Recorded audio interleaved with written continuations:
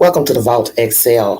Sorry about the last live stream that ended early. It's a bad connection, security issue with the Wi-Fi where I'm visiting. So we're going to resume this Lori Vallow Daybell trial information. Just to recap what was in that 40-minute video, I talked about filicide, why a parent would kill their children. I brought you stats. Wikipedia is the source. Feel free to go back to that beginning of that last live to get that set information. I also briefly talked about how it came to be that Lori ended up in this situation. Was she already disturbed mentally before she met Chad Daybell? I also brought you the stats from my polls on my community board. Please go over to that community page and take the said polls. A majority of you believe she was disturbed. About 73% of you believe that Lori Vallow was disturbed before she met Chad. So those are the questions I'm asking. Was she disturbed beforehand? Is there a reason she had all these husbands? You hear that her son said that they moved around a lot.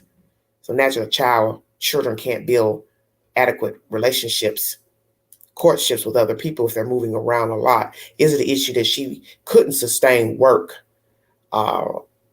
pay rent? Because you don't hear much about her past as far as rental history, work history. I'd like to know a little bit more about her rental history, paying bills on time, keeping a roof over her children's head. Why was she moving so much? The fact that she had 4 husbands, well, naturally you would be moving around because you've got different husbands. You're not going to be living in the same house naturally. With a new husband, you perhaps would go live in his house if you couldn't sustain a home for yourself and your children. So please go back to that, but we can still chop all that up in this next live. I hope everything will work out during this live stream because I want you to hear the information, and I don't have another device to play it on to connect to this Wi-Fi if I do a live via my phone. So let's recap and go back to what the detective saw in Charles's emails and text messages with Lori Vallow. They obviously had a very bad relationship. I'd also like to know, when did the relationship go downhill? Is there going to be someone who can verify when this relationship went downhill? When did these emails start between Lori and Mr. Chad? Why was she lying in these emails pretending to be Charles? You also hear information that Charles did not send these emails, and he did not have a relationship with Chad Daybell.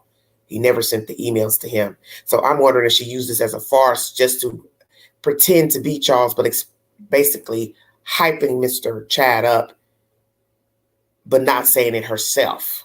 These were her actual feelings in some sort, but pretending to be her husband, asking Chad for help and writing a book.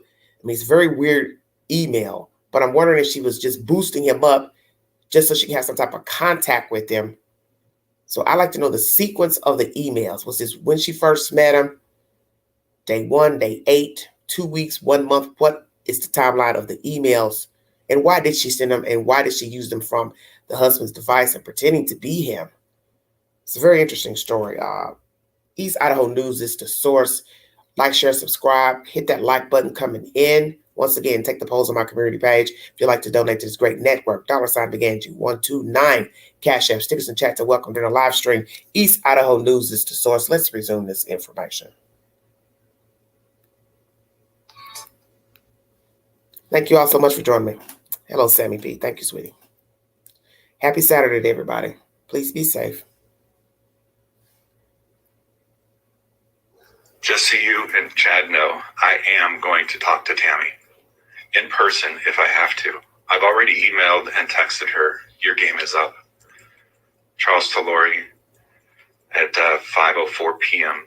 Please stop spending money on the credit cards. I appreciate it.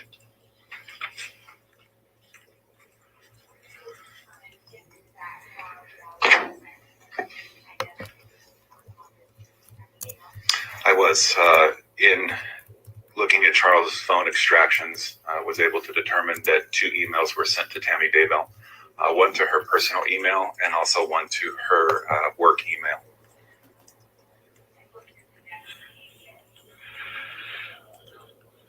Yeah, I apologize. I'm having trouble hearing counsel. If she could just move the mic a little bit closer.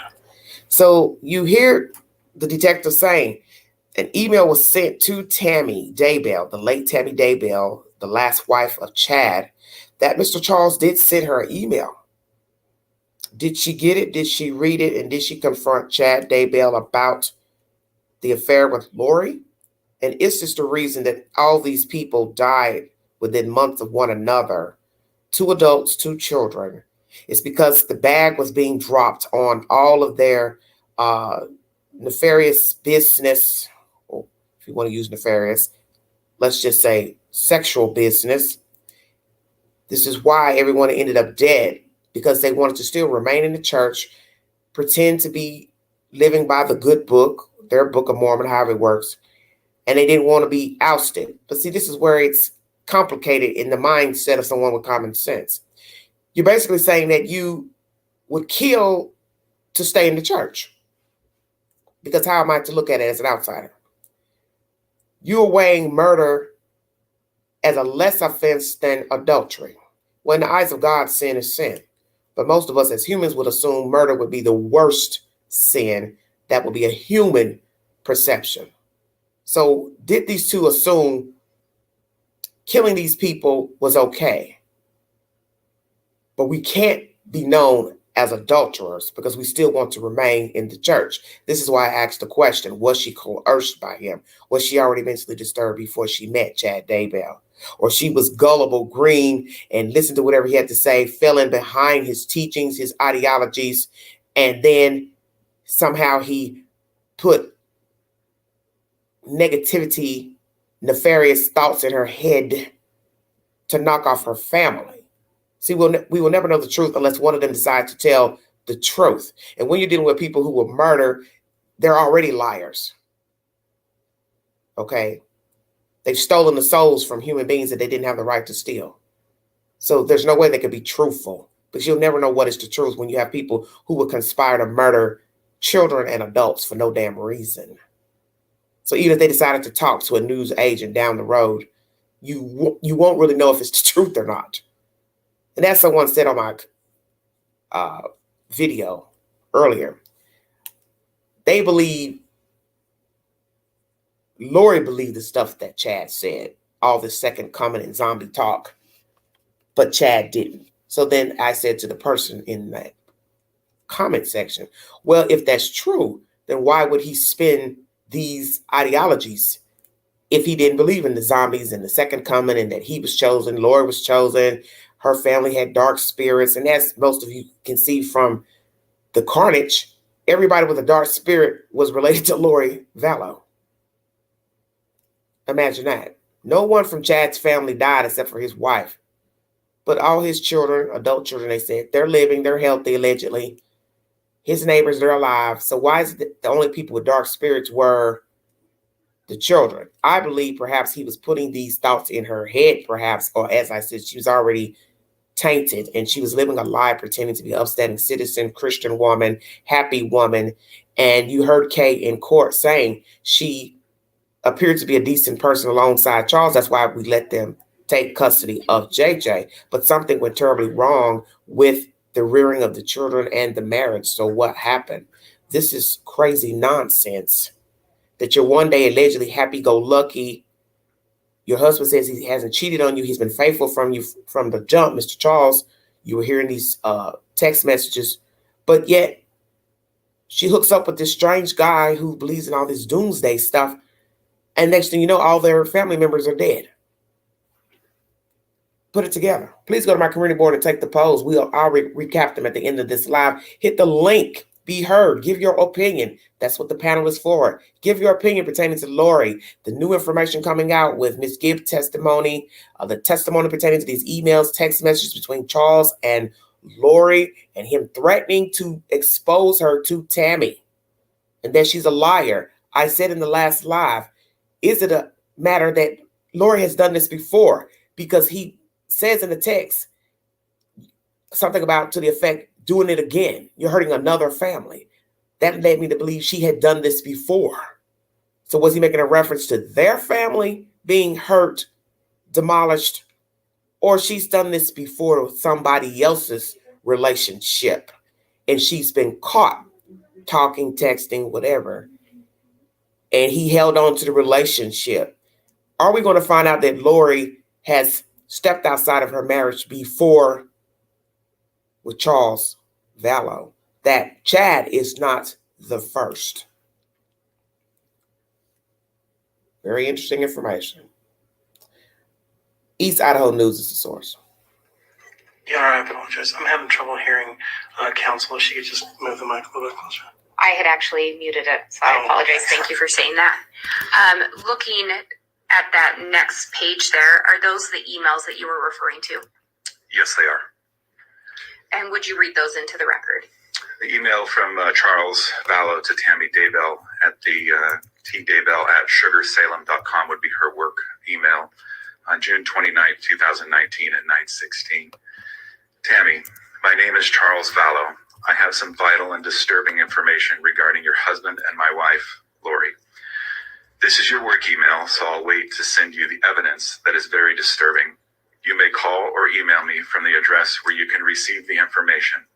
I apologize to be the one sending this, but something has to be done.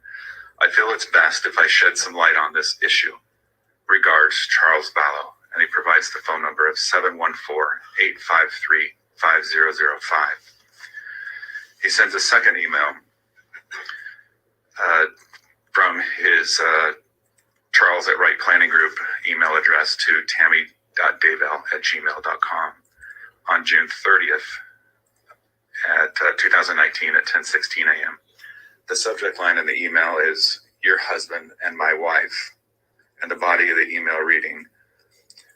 Before I go into this commentary of the email, how did Charles, oh mercy, don't you find it interesting? She finds two men with the same letter, CH Chad, CH Charles. Very interesting. How did he get Tammy's email? Because this is not something you stumble across as someone's email address. Because a lot of people do not use their actual government name in their email. Because naturally, you're the one that set up your own email account. I'd like to know, how did he get Tammy's email address? Because what will be interesting is if he found it through rambling through cell phones data pertaining to Lori Vallow. And that's how he got it. So that means what? She had it first, and he went snooping around and found it. How did Charles get Tammy's email address? I'm curious. Wife and the body of the email reading are having an affair. Her name is Lori Vallow. I've got definitive proof. If you care to see it, contact me and I'll share it with you. It's devastating, I know, but the truth needs to be shown. Charles Vallow. And from your review of the device, were you able to determine whether or not Tammy Daybell would have actually read these emails? I did contact at least Sugar Salem School District and asked if those were read. There's no indication that they were. They said they could have been deleted, read and deleted, or just deleted, but there's no indication. They do show on Chad's part to be sent, though. And you said Chad's part. I'm sorry, on Charles's part. Now, you see, he's getting confused. He said Chad and meant to say Charles, because it's interesting that she would find two men with the same letters in their names, Chad, Charles. Stay woke. Did Tammy read the emails? Did she confront her husband? Is this when the conspiring to get rid of her came to fruition? First, using Alex Cox, the brother who is deceased, to shoot a paintball at her in a driveway or garage, which that didn't make any sense. She survived. But then I believe a few weeks after that, she is later deemed weak, sickly, and died in her sleep. Children didn't want an autopsy. Let Mr. Daybell say they didn't want an autopsy. Why would the children not want an autopsy?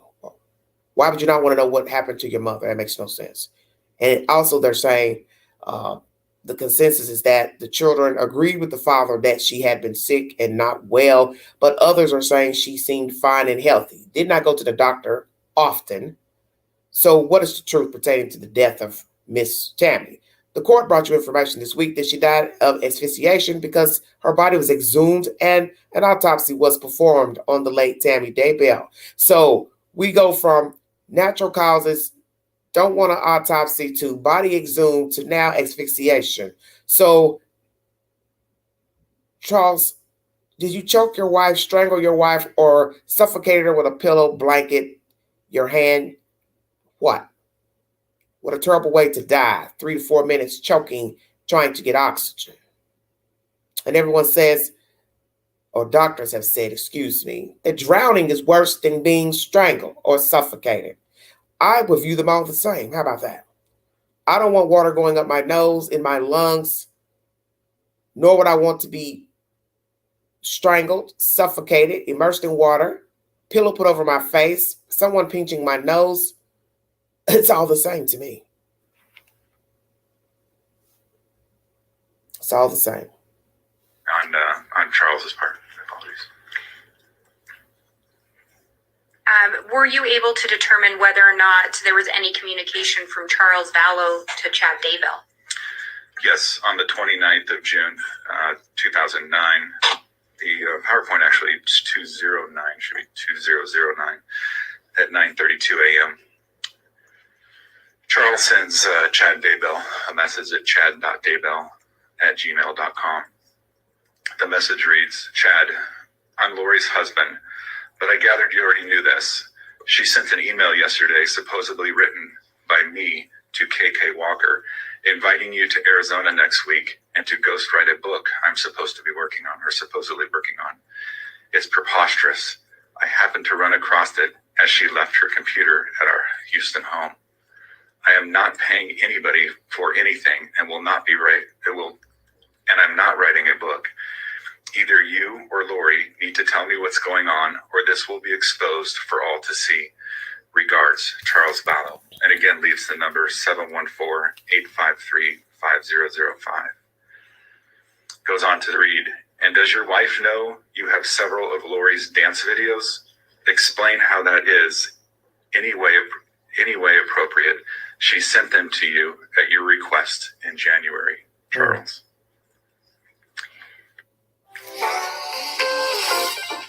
Very interesting information. He has now been in her computer, looked in her computer, whether the computer was open or not. One would still wonder, why was he in her computer looking? Did he suspect his wife of having an affair or acting strangely? So he snooped. And you know the old saying, seek and ye shall find. If you go looking, you will find exactly what you're looking for, which is usually trouble, because it's something that would make you go snoop in the first place. But did he still love his wife? Because you're going to hear commentary that he was up and down with the text messaging and emails to Lori. And that's the whole point of life, is that people don't stop loving people because they are having affairs, lying, cheating, stealing, drug abuse, gamblers, whoremongers. You still have feelings for the people. You just don't wake up and stop caring for someone because you find out they have been disloyal to you, deceitful, lying, manipulative. But as I said, is it possible that no one really knew Lori Vallow because she didn't know herself?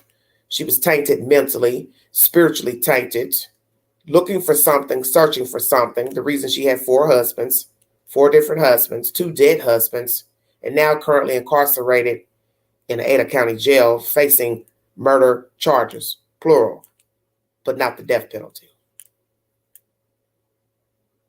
Kay spoke of her as being a positive person that she thought was a good fit for Mr. Charles and to adopt JJ. They asked for that child, but yet years later, we now find out he and his sister were found in a shallow grave on the property of Mr. Chad Daybell. Was Lori coerced by Chad with this religious rhetoric, easily manipulated by him, had mental issues, or she was just diabolical and nobody knew the real Lori Vallow Daybell? Did Charles want to work out his relationship with her? Because going back and forth, people do this when they're angry. They want a resolution. They want the person to own what they've done. They want a person to tell them why they did these things. They want the person to stop doing, hey, I'll stay with you. Just tell me why. But will you be satisfied? I don't think Charles would have been satisfied in trying to work out his relationship with Lori. It's obviously she was hoodwinked and bamboozled by Mr. Chad, whatever he told her. whatever he whispered in her ear. And once you start having sex with a person, everything else is out of the window. I think most of us know this. We're all adults.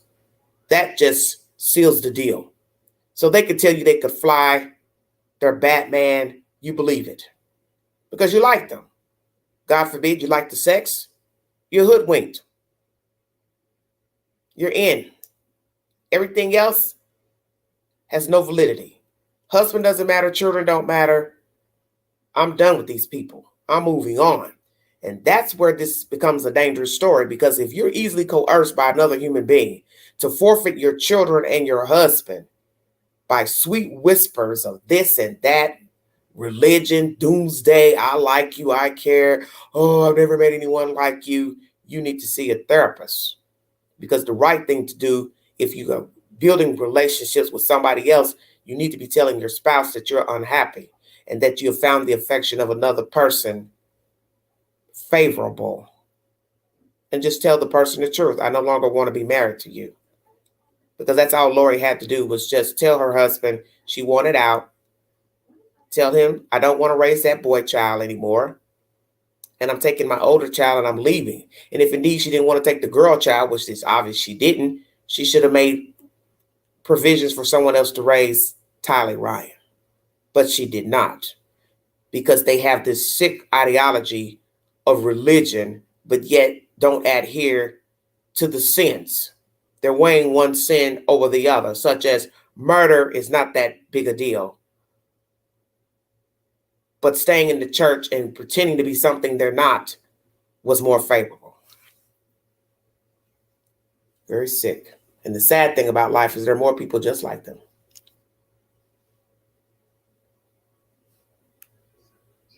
At your request in January, Charles.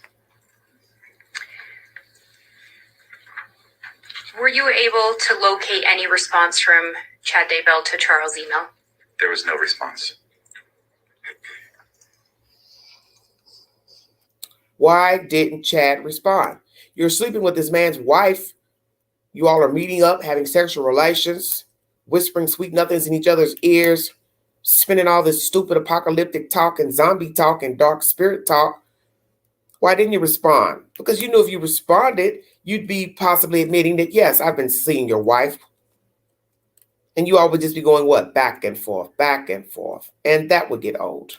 And obviously Charles was kind of like a woman to some degree with the email texting back and forth. This is more of a woman's behavior because women tend to vent more. They, write letters, they text. Why aren't you talking to me? Why are you doing this? Why are you treating me like this? That's more of a woman's behavior. So this would make me think that possibly he cared for her, Lori. And I think it's interesting that he didn't go find him directly and talk to Chad, man to man. Hey, I want to know what's going on with you. I hear you're messing with my wife. I want it to stop. Stop writing her. Stop calling her. If not, I'll tell your wife. But when two people are already evenly yoked in madness, such as these two, it would not have mattered as you see the end result. These people turned up dead. And as I said, their ideology was to favor religion over murder, which is blasphemous and hypocritical. They're hypocrites. You can't conspire to kill people and kill them, bury them, lie about it, and then talk about God, Jesus, the second coming. You're the chosen ones. Chad said, I'm chosen. How ironic. You two kill people, but you all are the chosen ones. Why would God or Jesus choose you two to lead the flock anywhere? He wouldn't. You two will be the last ones he would choose, because he is the one who says, I give life and I give death. Not Lori and not Chad.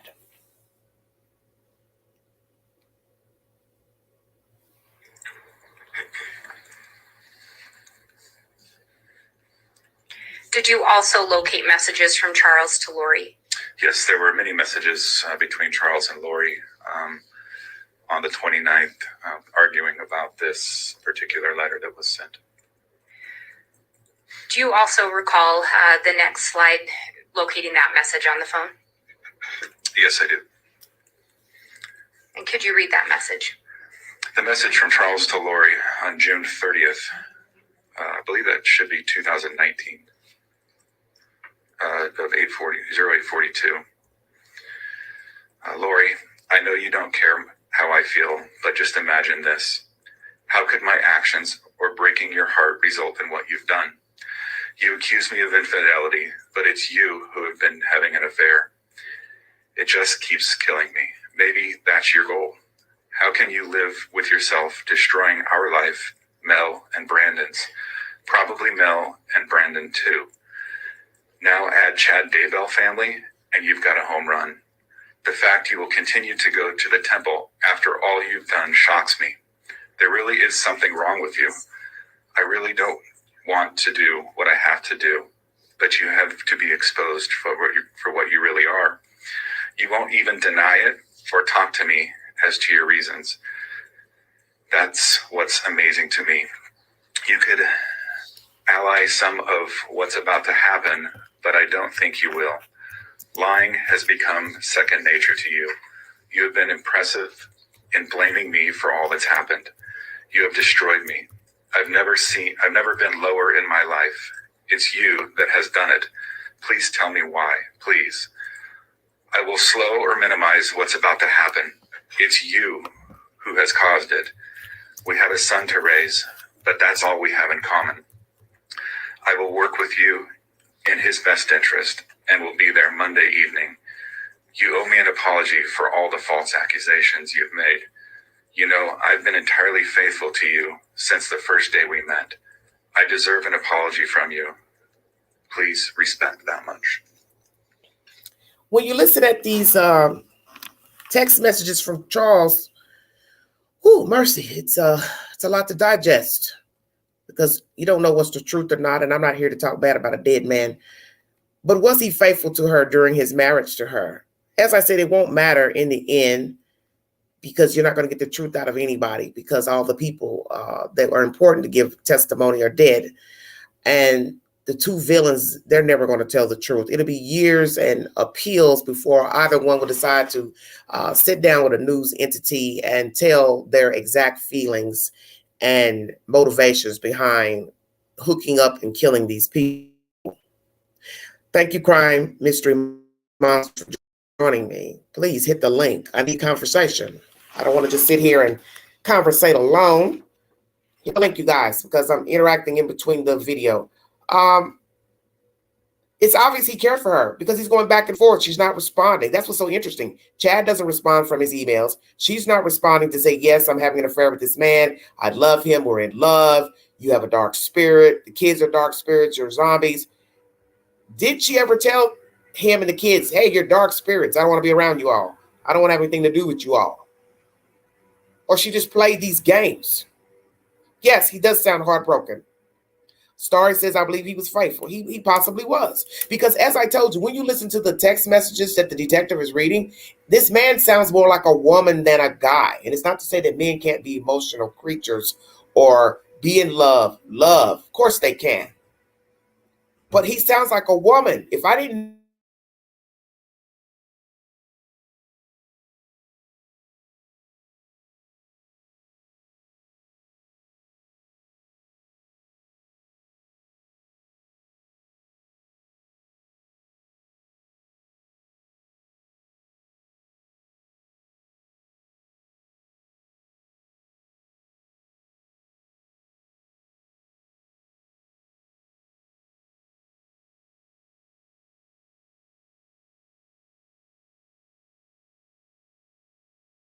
reporter running around chasing her, he was talking to himself. Hey, where are your kids? Hey, where are your kids?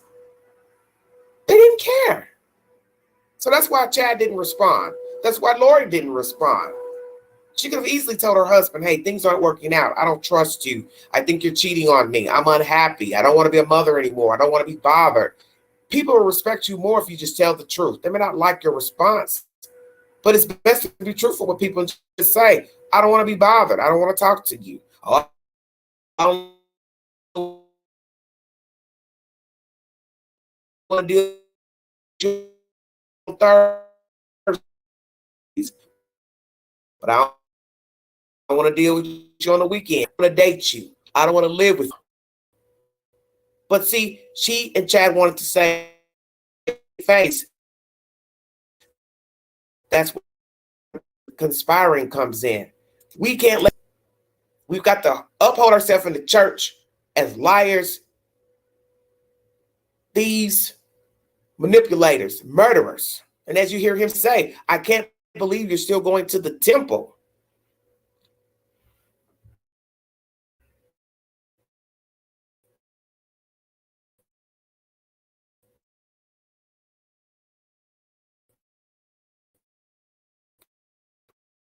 I can't believe you're going to the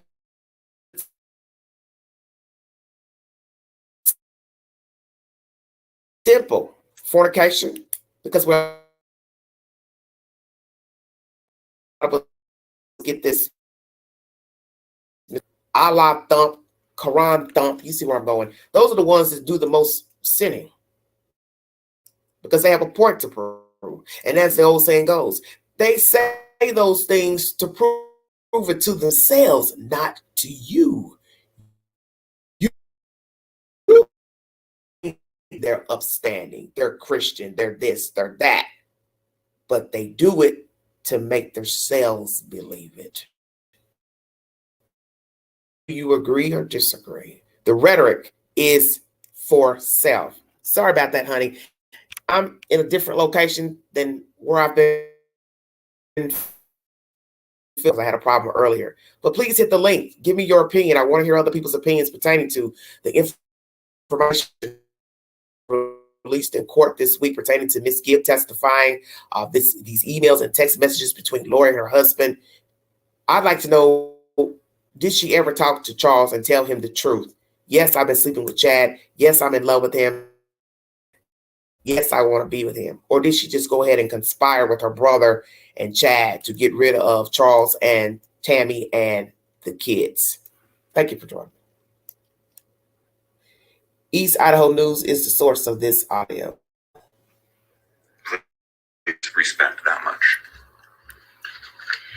And you indicated that message when you located it would have been sent on June 30th of 2019. Correct. I'm an alumni of Recovery Unplugged. Brief intermission. So this is June of 19. This is the year that everybody mysteriously dies, murdered, missing. But I believe she met Chad in the winter of 18, if I'm not mistaken. Correct me if I'm wrong. So they have been courting quite a while via probably phone messages, text, video calls.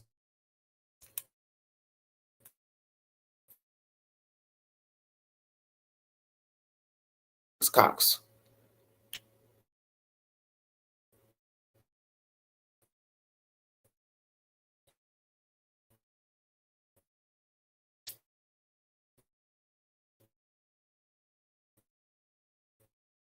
Here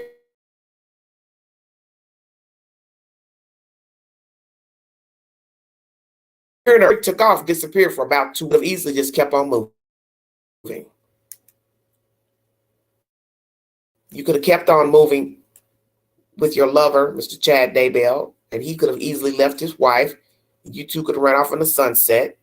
You filed divorce papers with Mr. Charles, and he filed divorce papers with Miss Tammy, and you all got your divorces and live happily ever after.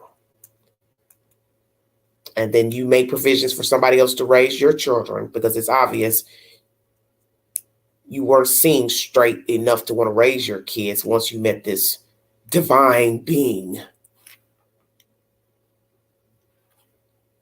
That's all you had to do was divorce your husband. And that's all he had to do was divorce Tammy.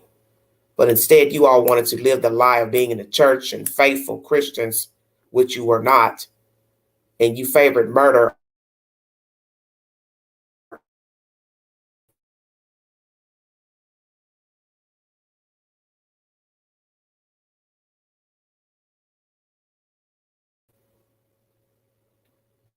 But you were up there in the church, fornicating, committing adultery, pretending and to be a faithful mother and husband, wife.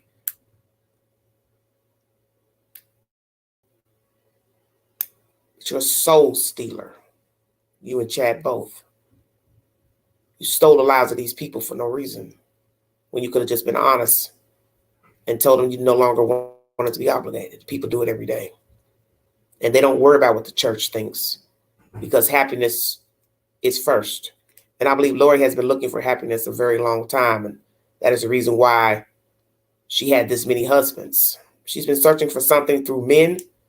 She's been searching for something through church, God, and she never found it, because she is now in a county jail facing numerous charges pertaining to fraud and multiple murders. So I think we all can concur that Lori never found what she was looking for, and neither did Chad Daybell.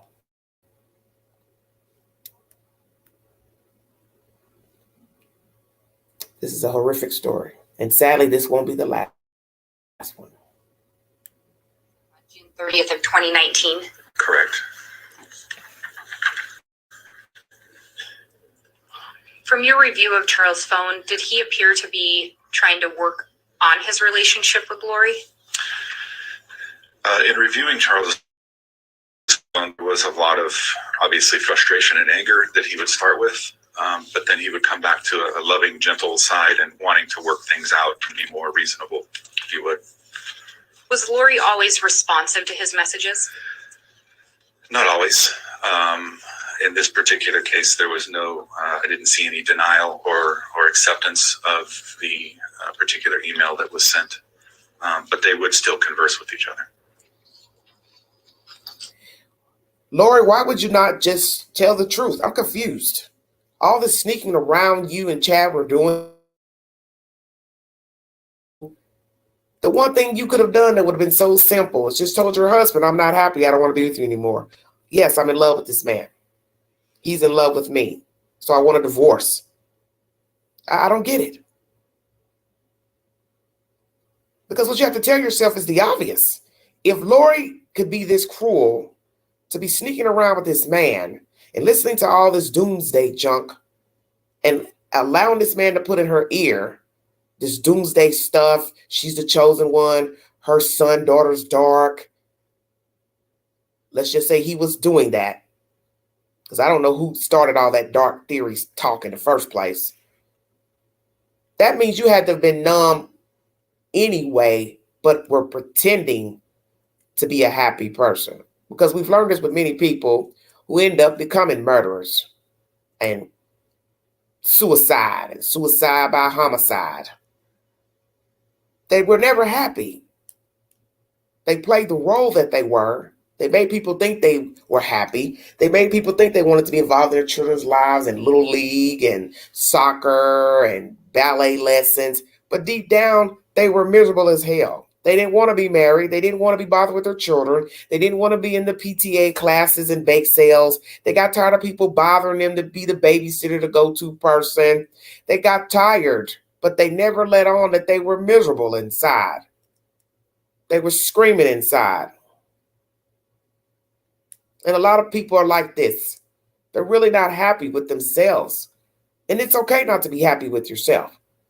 You don't like where your life is going. You expect better. You want more. You're expecting more from others, and you're not getting it. See, this is where the problem comes in. It's not being honest. Because you don't want to continue to walk around pretending to be this joyful being when deep down inside, that's not who you are. Perhaps this is what was wrong with Lori. Perhaps she also had mental defects, as I brought you information through Wikipedia, that a lot of women that kill their kids, they do have mental disorders. Most smaller children that are murdered, usually the mother has suffered postpartum depression or some type of mental illness. Is it possible that this lady was mentally ill early on in life, even before bearing children? She began to bear children, perhaps had postpartum depression, but it was never obvious. Star says dog and pony show. Perhaps. Because what I'm telling you, it's obvious She's been living a lie a long time because you just don't wake up and murder your kids or your husband. If you've been happy, and you heard Miss Kay Woodcock tell that in court, she and Charles seemed happy. They were a good fit. They were church going. Why not raise JJ? Better fit. We're elderly. Let these younger people raise this little boy. But look what happened. That dad ends up dead. Sister ends up dead. The man the woman's having an affair with, Lori, she ends up dead. Brother dies months later, allegedly from heart failure, blood clots. Make it make sense. Too many dead people. And how can you just let somebody talk you into killing your own damn kid? Because these kids were older. At 16 years old, you rarely hear of a parent killing a 16-year-old child. Possibly starving them to death, beating them. But we hear of no physical or sexual abuse by Lori to the children or by Mr. Charles Vallow. But you hear in these text messages, he's offended by Lori, making accusations against him for infidelity, and he denies cheating on her. Will we find out that Lori has cheated on her husband or husbands during her marriages? Is she frisky? Things don't go right. She goes and picks up strange men, starts bedding men, starts Googling men, flirting. Will we find out she's picked up men when things were not going right in her marriages? Could it be that Lori was the philanderer? She's looking for something, but she can't attain it because it's unattainable. Did she have high expectations of the men she was with? We got information that one of the fathers molested the boy child she has, Mr. Colby, that it was Tylee's dad that allegedly was a military man and he was molesting both the children. Are those allegations true that that husband, who is deceased now, sexually molested Tylee and Colby? And naturally, Colby had a run-in with the law last year with allegations of raping his then wife that he was estranged from. Charges dropped. This family was tainted. And when you listen to the interview of the mother, Lori's mother, to the news, she sounds just as wacky as Lori. I believe that's where Lori gets this numb behavior, this zombie behavior. She got it from her mother. Because when you listen to the mother, all she kept saying, putting Lori in a positive light. Lady, she just killed some kids and people. What are you talking about? Oh, she's always wanted to be close to God. She's always been in the church, blah, blah, blah. Yeah, well, look where that got her. She wants to be close to God, but yet she goes and murders people. How are you going to get close to God by murdering people? Please explain to me. How is that favorable in the eyes of God and Jesus? How is that favorable by the temple? I don't know anything about the Book of Mormon or Mormon ideologies, but I'm just trying to understand whatever book you all were reading. What book told you it was okay to go kill your kids and your husband and conspire to kill your lover's wife? I'll wait. But they would still converse with each other. And looking at the next page there, are those also additional messages that were located? Yes, the additional messages going into July 1st, 2019 at 10:31. Charles to Lori, I'm going to Idaho first to meet with Tammy Daybell. Lori responds to Charles a minute later. She won't see you. She is my friend. She won't listen to you. Go ahead. You are ridiculous. Are you coming to JJ for the 4th or not? Charles responded to Lori July 1st, 2019 at 10:37. Then you tell me why you used my name and fictitious email to send a BS email about a book. I am having him ghostwrite for me. It's fraud and a lie. There's no reason for it other than to get him in Arizona and have an excuse for his wife. Yes, that sounds more like why the email was sent by Lori to Chad. She was talking in code, perhaps. I don't know. So just in case if the wife saw it, it would seem legitimate for him to leave town. But the rules would be for them to hook up. That is the only logical reason I could gather why she sent this email pretending that it was from Charles, asking him to help him write a book, blah, blah, blah. It was to get him there. And that way, when he left, this would be his reason to his wife. It's all coming together now. Hey, honey, I got to go out of town. This guy wants me to help write a book. Here's the email he sent me. She reads it. Oh, okay. Sounds nice. Have fun. As I've always told you, that the truth is at the beginning of the story, not the middle, not the end. And this is the downfall. All this texting back and forth between Charles and Lori. She's numb. She's evasive because she's made up her mind. I love Chad. I'm going to be with him one way or the other. And I'm going to get you and these kids out of the way, get you out of the picture so I can be with this man. And he's going to get rid of that wife.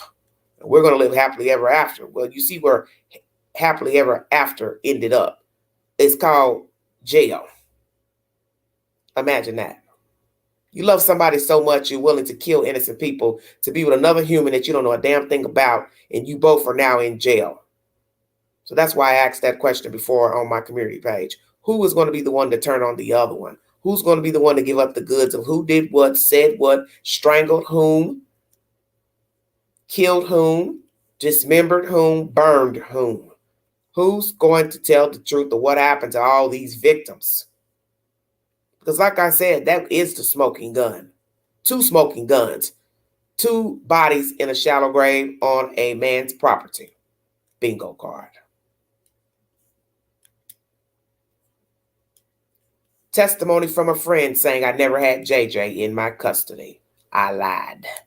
And why would you lie to me about where your children were and implicating me in having your son? And you hear Lori in the audio telling this Melanie lady, I was doing what I thought the Lord wanted me to do.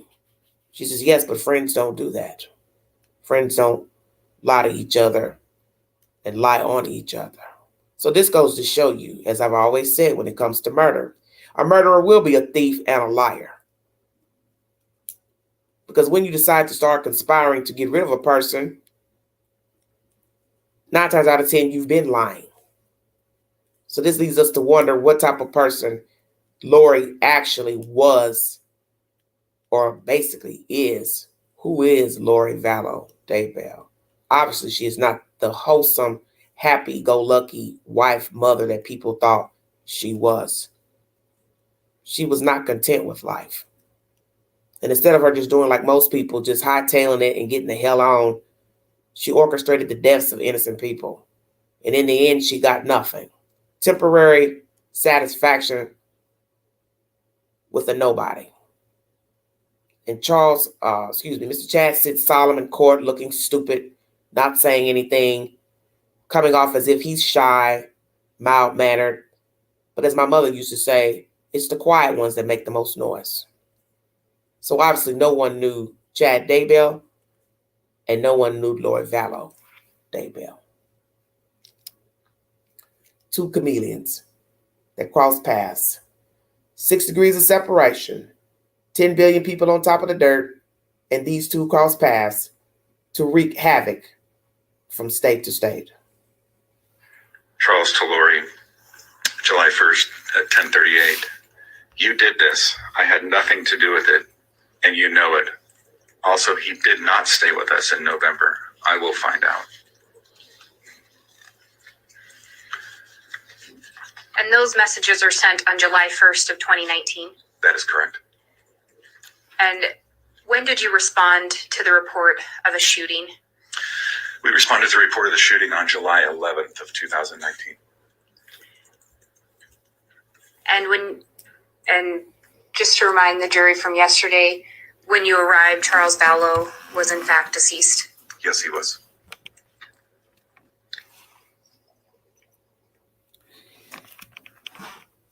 That was the motive for murder.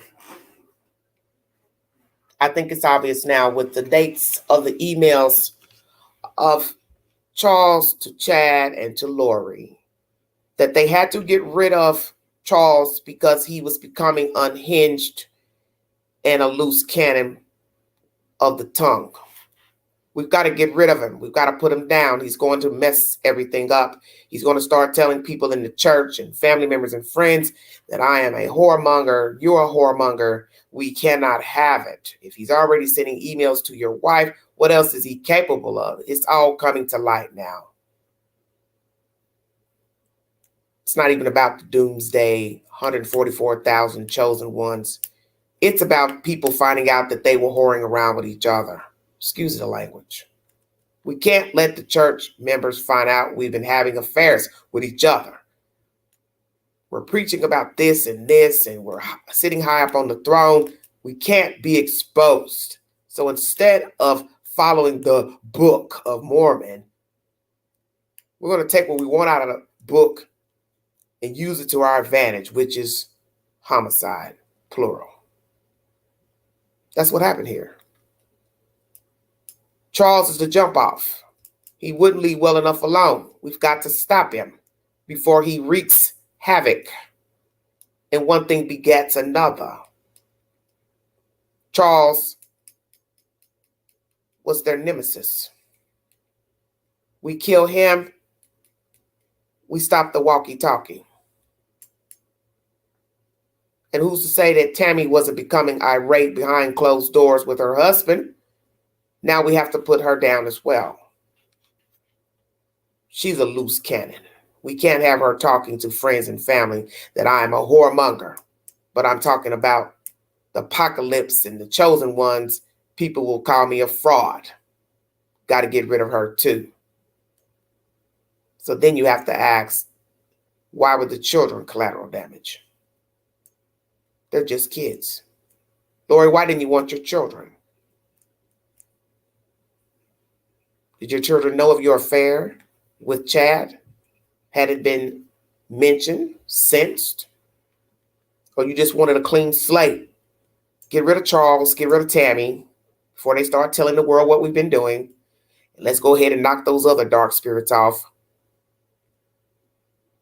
Because I think he had put that in your head early on when you met him. That's why you took off the first of the year in 2019. You had already been planted. A seed had already been planted in your head that Charles was dark, the children were dark, and you were hook, line, and sinker by this man. Chad must have some mean sex. I'll just go ahead and say it. But you would let somebody's private part control your thought process, Lord Vallow. So basically, you're in jail, yes, from sex, greed, collecting Social Security checks on children you knew were dead. That's why we know you conspired to kill the children, because you never even went to the police to say your children were missing. And you lied in that phone call saying the children were safe. You knew where they were. And at that time, JJ was dead when you had that conversation with Melanie Gibb. And you knew that. And if Melanie had any involvement, I believe it would have been admitted in that conversation, which it was not. The webs we weave.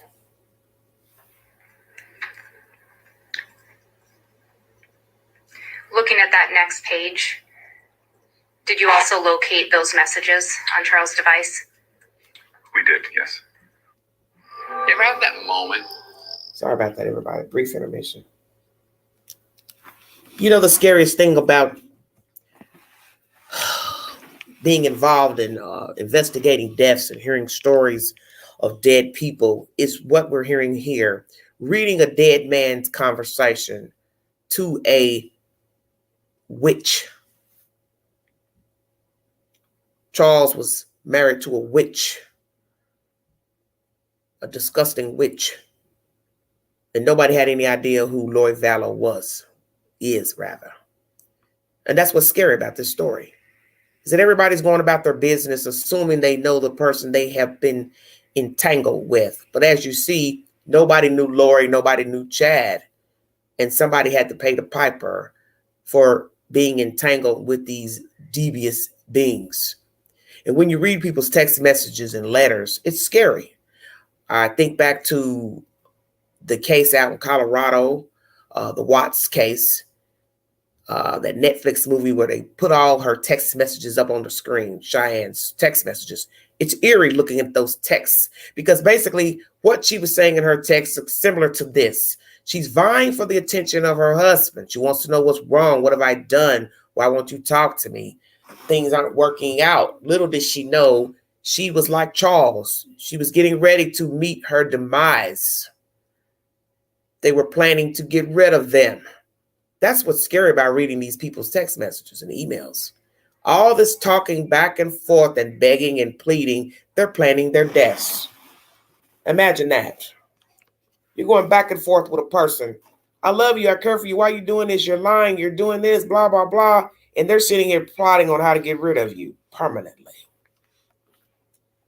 And this is the point of life. Nobody sit here and thinks because they're going back and forth with somebody, arguing and bickering, that person is planning to knock them off. Who would think that? What child is going to think, hey, in a few days, my mommy's going to strangle me, suffocate me, kill me, cut me up and burn me up, throw me in a shallow grave on the property of her new husband. Checkmate. Why would a child be thinking about that? Why would a grandparent be thinking about that? Why would relatives, neighbors, friends be thinking about that? Oh, yeah, that nice-looking blonde lady that brings her kid to school and active and this and this. She's a cold-blooded murderer. She's a whoremonger. She's a thief. Soul snatcher. Chameleon. That's why you can't brag about people. He would never do that. She would never. Nah, I don't believe that. So now you got to ask yourself about all the other accusations of children being molested. Did they plant that in that little girl's head? Did that brother do that? I don't know. I don't want to make anyone out to be a liar when it comes to sexual assault. But what I'm trying to dig into is the mindset of Lori Vallow. Are we looking at a woman who was tainted mentally, manipulative early on, never satisfied with life, never satisfied with the men she chose, never satisfied with what she was doing in life, and she finally met Satan himself, and Satan led her into the abyss, and she faithfully followed. Who is Lori Vallow Daybell? Was she tainted spiritually, mentally before she met Chad? Those messages on Charles' device. We did, yes. And can you read those messages? This would be the July 11, 2019, shortly before the murder of Charles Vallow. At between 7:35 and 7:37 in the morning, Charles sent Adam Cox a message that says, "Al is here." Adam responded, "At Lori's." Adam then states, "Really? I wonder why he never called me back." Adam said, "They are planning something." Charles responded, "Absolutely." Adam then responds, "I was supposed to spend the night at his house last night. She probably blocked that." And then Charles responded, "What you do is up to you." After that message, are there any other messages from Charles to anyone? After that message, there are no other messages. There are messages sent to the phone, but nothing was read by Charles at that point. And those messages took place on July 11th, 2019, between 7:35 a.m. and 7:37 a.m.? Correct. And in addition, Charles' phone had his location services on, and the location... No, I'm going to object. This is non-responsive to a question. He's adding. Thank you. Were you able to determine anything else from Charles Vallow's phone? Yes. And what was that? Charles had his location services on, and the location of that device at the time those messages were sent was at the 5531 South Four Peaks Place in Chandler, where the homicide took place.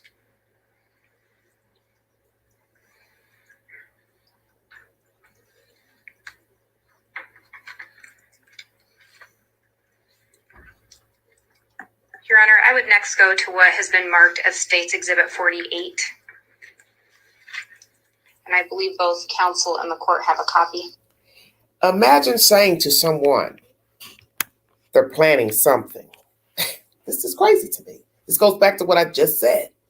All this time going back and forth, texting all these crazy people in emails and text messages, Chad and Lori, you're stepping into the web, the hornet's nest, and don't even know it. And the fact that you would spin it off your tongue, they're planning something. You called it. You called it. And that's in the scripture.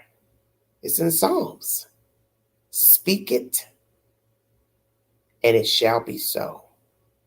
This is why you cannot say certain things on your tongue. Today's going to be a bad day. Think something bad's going to happen with my car or this, or you've got to try to keep negative thoughts out of your head and off of your tongue because he claimed it. They're planning something. Imagine a person saying that and die later that same day. And no one wants to walk around thinking because they have marital problems that that person is planning their death. Who would think that? You'd only think that if they threatened you and said, yeah, I'm going to kill you. And they've said it numerous times. Well, hell, believe them and get the hell on out of their way. But this man is going back and forth through text messages, emails, telling her, come forward, confess, tell the truth, what's going on, blah, blah, blah. Why are you lying on me? Why are you sending emails to this man?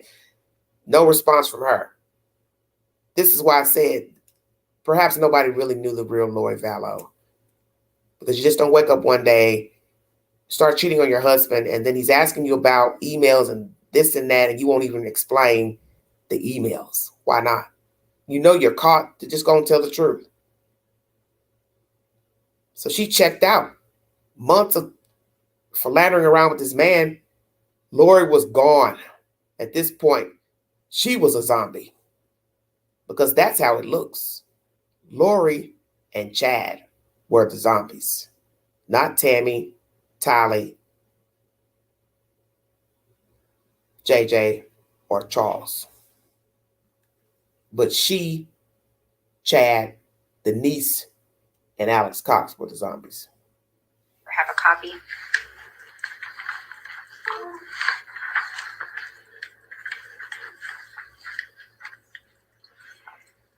And Your Honor, would you like the jump drive marked with an exhibit sticker as well to match the paper printout? I think that would be helpful, yes.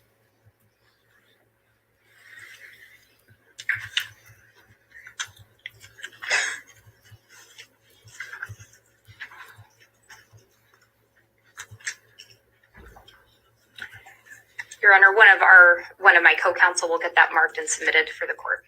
Okay.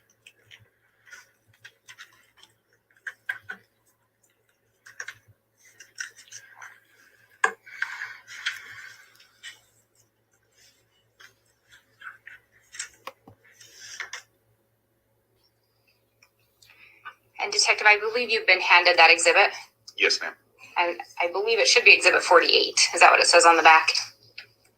That is correct. Making sure we got you the right one. In looking at that, do you recognize what is on that? Yes, the front is the address of loriforstyle@icloud.com, and then 4 phone numbers that are associated with that account. And if you can flip through that.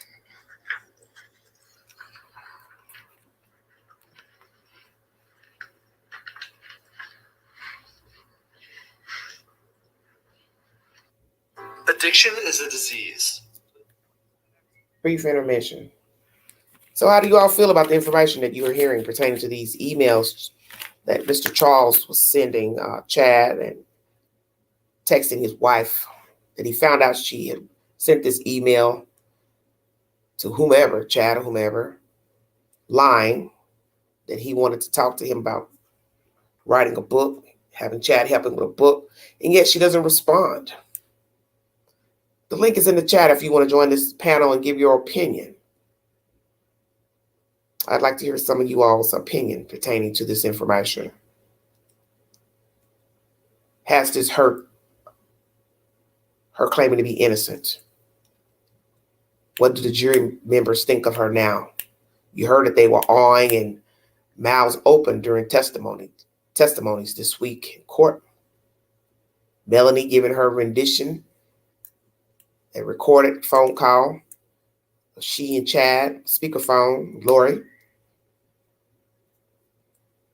knowing all the time the children were dead and still lying on her friend, and her friend confronting her. Why would you implicate me? Because that's what liars do. They implicate people. They lie on people. See, this is one thing I've always said, and it's true. That's an old saying as well. If they will lie to you, they will lie about you. And that's exactly what she did to her so-called friend. I'm going to lie and tell you everything's okay with my children, and then I'm going to lie on you and say you got my child. Checkmate. Stay woke now. If they will lie to you, they will lie about you. What's the difference? Because lying is a form of connery. And when you become a pathological liar, what is to keep you from lying about a person versus lying to them? There is no difference. Because you have the propensity to lie. So if you'll make up stuff, make up emails, make up stories, you would be the same person to lie about a person. There is no difference. I feel sorry for this man. Reading these emails, I really feel sorry. He's no longer living, but he lets it be known he was disturbed and heartbroken by finding out that Lloyd was having an affair with Chad Daybell. It's obvious in these emails.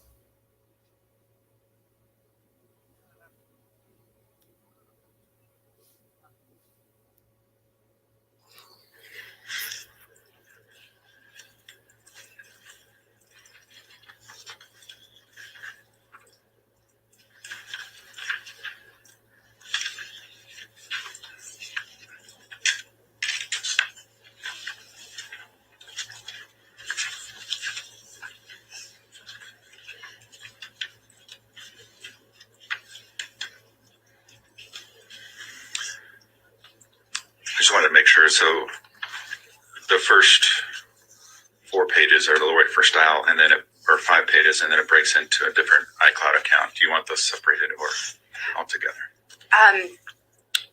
We'll keep them together for now. Okay. Do you recognize the information located within those papers? I do. Do you recognize that as information that was located from a search that you did? I do. And what accounts were you looking at?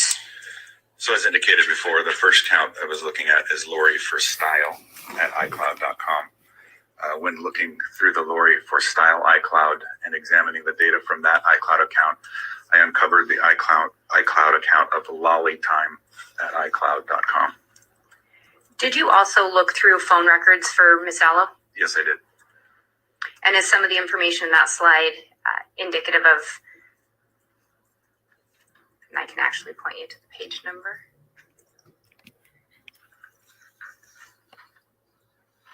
In looking at the 8th page in there.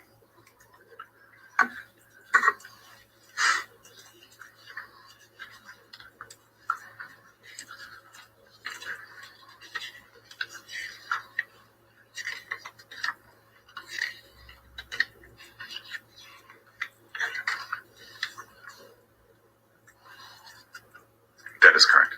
And would that be information that you had found through a search of the phone records? Yes.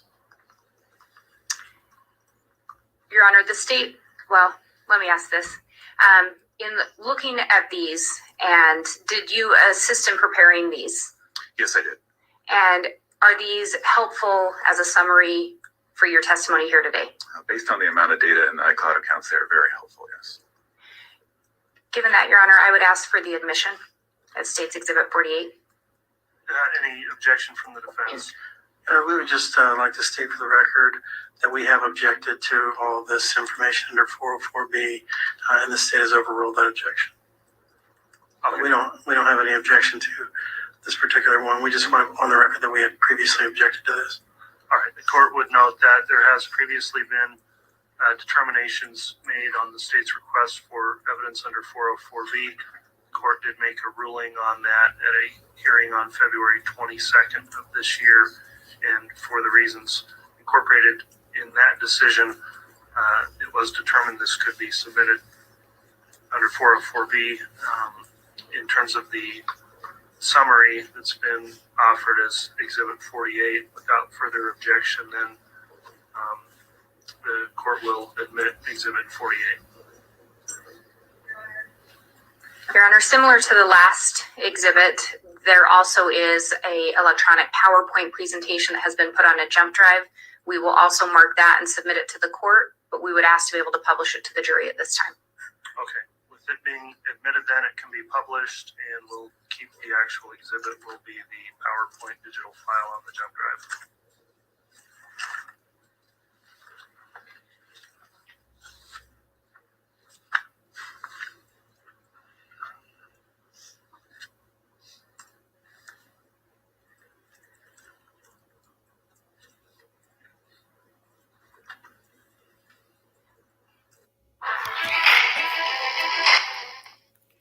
Brief intermission. Well, they're doing their little wranglings right now, the state and the defense of evidentiary material. Woo, it's a lot to digest. Once again, as I said, it just shows you don't know people.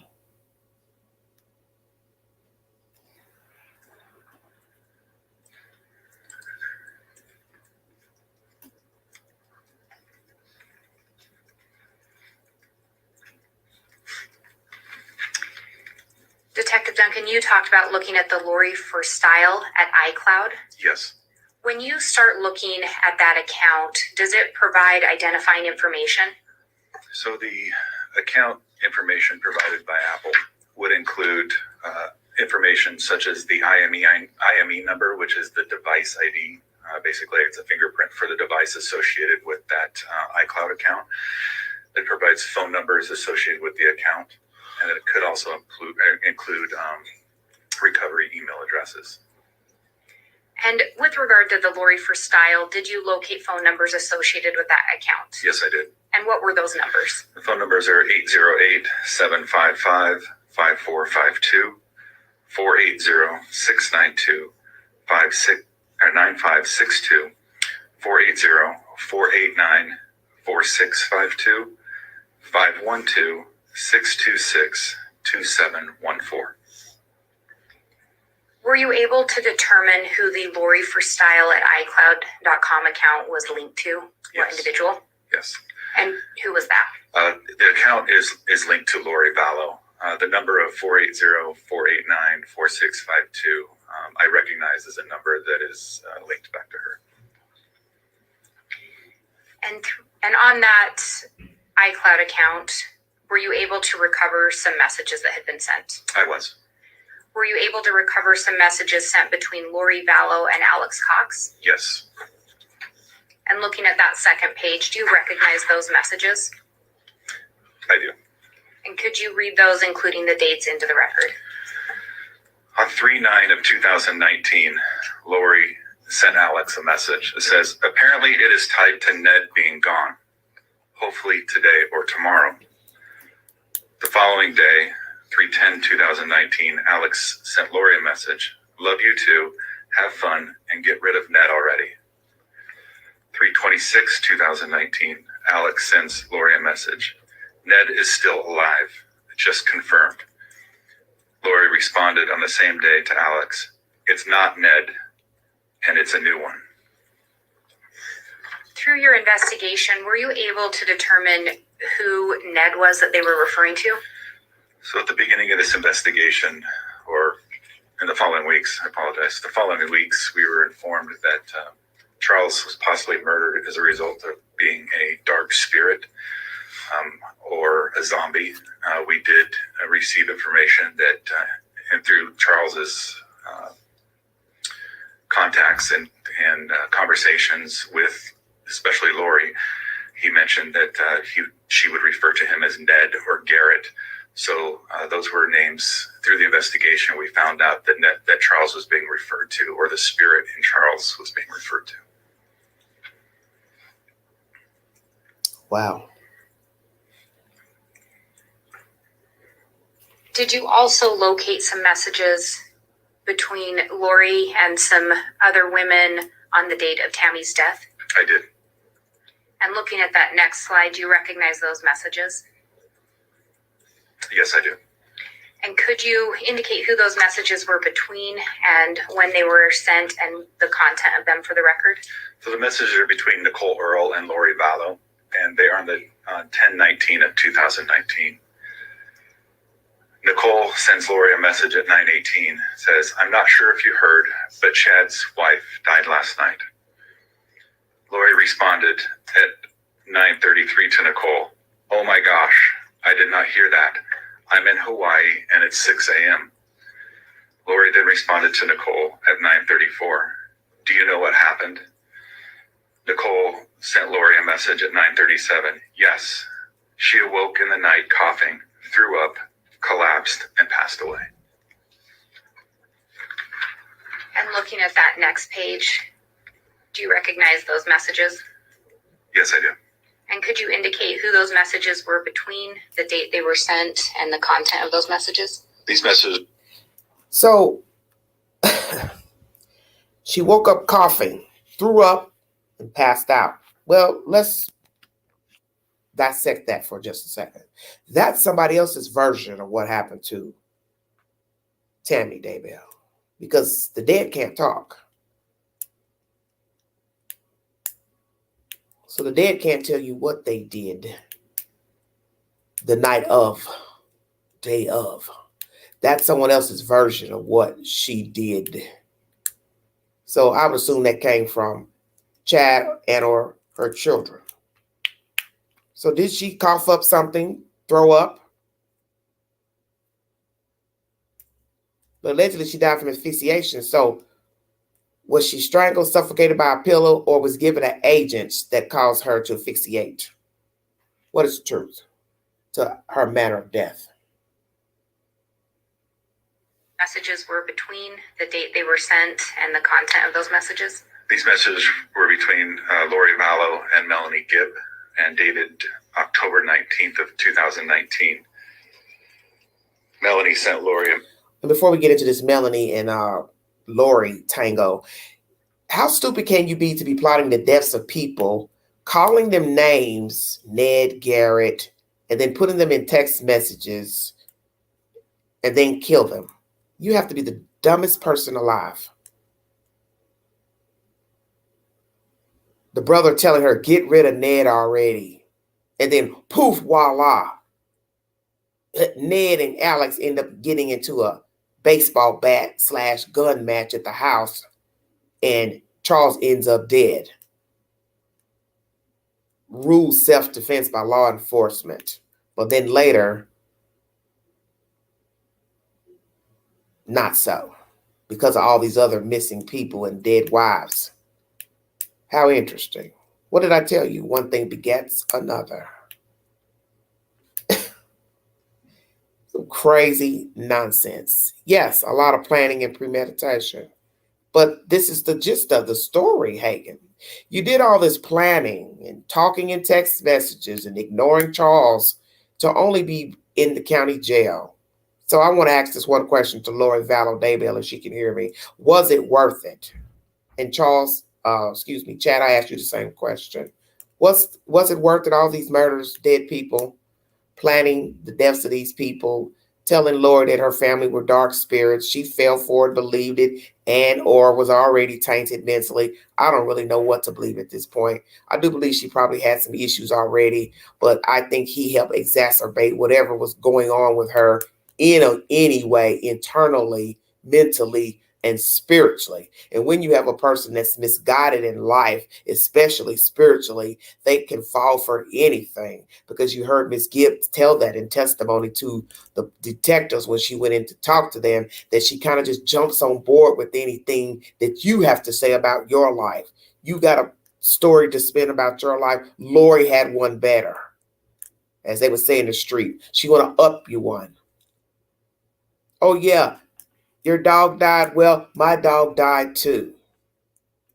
Let me tell you the story. That's Lori Vallow. She was possibly a very insecure person, seeking attention, wanting attention, needing validation. People that walk around feeling that way, they can become very dangerous people, because what you have to ask yourself is, how far are they willing to go to be validated, to be deemed important, to have substance, to be viewed in a positive, favorable light. That is the reason why we have true crime, because people murder for different reasons. People murder as not to be, to stay out of jail, to be caught in fraudulent, such as, stealing, identity theft, spending too much money, taking out loans. They didn't tell the other spouse. They're in debt. The person don't know what they've been doing with the money. And then later you got banks calling, and next thing you know, somebody ends up dead. I've seen a case of that before. Very interesting information. As I said, you don't know people. This is what happens. You have no idea who you're talking to. You have no idea the people you're slumbering with. You think you know people. Lord Vallow and Chad are prime examples of not knowing people. These two people didn't know each other from Adam, living in different states, and somehow they met through religious conferences, conversation, or podcasts. And next thing you know, you got all these dead people surrounded by them, under their belt. What are the odds of that? People never knew each other, but then they cross paths. 6 degrees of separation. These two nimwits pass each other, meet up, have sex, and next thing you know, everybody's a devil, zombie, and they end up dead. But nobody else is dead. The neighbors ain't dead. The people at the school ain't dead. School children ain't dead. Mom and dad ain't dead. But just the kids and these people's spouses are dead. How in the hell could you not say this is not orchestrated by these two devils? Or a message at 13:16 hours. I heard what happened to Chad's wife. Oh my gosh. Lori responded to Melanie at 13:18. Hello, what? And looking at the time on that slide compared to the prior slide, was that later in the day? Yes, it was. Did you find any indication in those messages where Lori tells Melanie she's already been informed of Tammy's passing? I did not.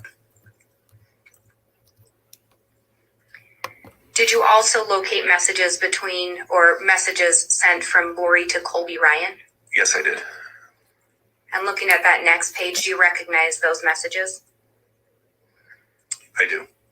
Could you indicate the date they were sent, the sender and receiver, and read the text of that message? On 11/22 of 2019, there's text messages from Lori Vallow and Colby Ryan. And or from Lori Vallow to Colby Ryan. Lori states, I text Ty to send it, but I haven't heard back yet. She will probably just do it before she tells me. She then states, hope you got the Venmo. Ty said she sent it late. I'll call you when I get a break. Hope you're having a great day. I love you so much. Do you know who the Ty is that they were referring to? That would Objection calls for speculation, Judge. We need more foundation for that to be answered, so I'll sustain that for now. Based on your review of the phone and the iCloud account and the contents of it, or other iCloud accounts, would you be able to determine or know who the Ty is they were referring to? I would. And who is that? Tylee Ryan. Then we talked about that you went through another iCloud account. I did. Through searching the Lori for style, like I stated, I was able to uncover a volley time at iCloud.com. Were you able to determine when that lolly time account was created? Yes, I was. When was that? That account was created on July 1st of 2019. My dad always told me that. Sorry about that, everybody. Sorry about the background noise. Oh, wow. A lot to digest. It's just sad reading text messages from murderers to dead people messaging murderers, getting no response. It's just heinous. And this goes to show you that these people are not smart. You leave a blueprint everywhere you go. There's surveillance cameras, doorbell cameras. You can't talk to people and think that that stuff is erased because you deleted it. You put it in the trash. A lot of times you put things in the trash, pictures, text messages. It sits in there for about 30 days, but it's still not erased. And these people are so stupid. They're texting each other and saying the dumbest stuff to each other and then go and killing the people. They don't think that eventually detectives are not going to dump their phones and devices and see what they were talking about in their emails and their text messages and Messenger. Hello, girl. Jenny, thanks for joining me, sweetie. Happy Saturday to everybody in the viewing audience.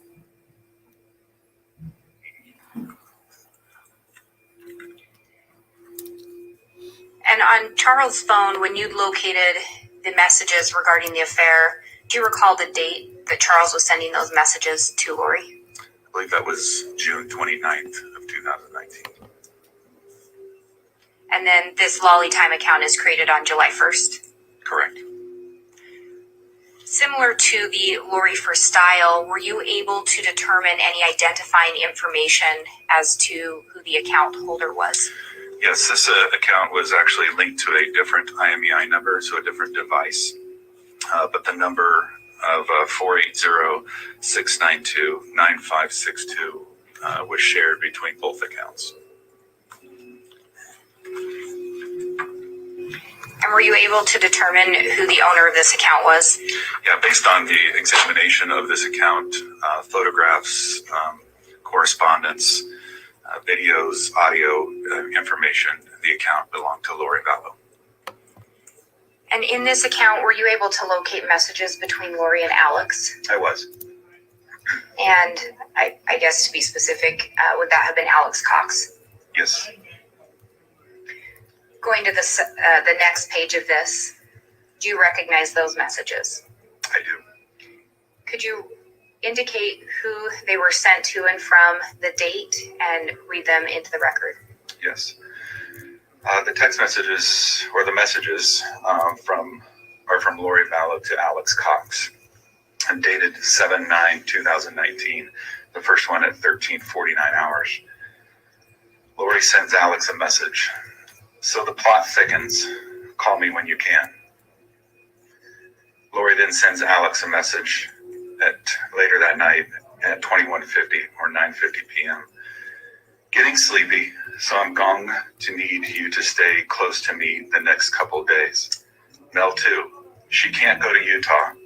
They are planking some kind of intervention, but want Mel out of the way, so I'm left alone. I need to come get the stuff at your house tomorrow and secure it. Lots to do. Thank you for standing by me. It's all coming to a head this week. I will be like Nephi, I am told, and so will you. And are these messages transferred over the way that they were found? They are, yes. Some of the messages may contain typos or spelling errors. Absolutely.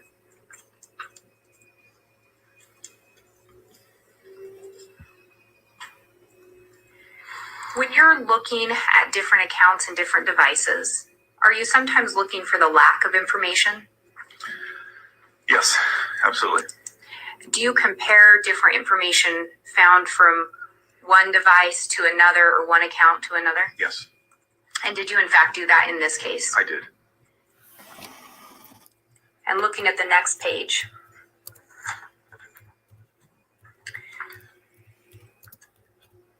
were there messages? Let me back up.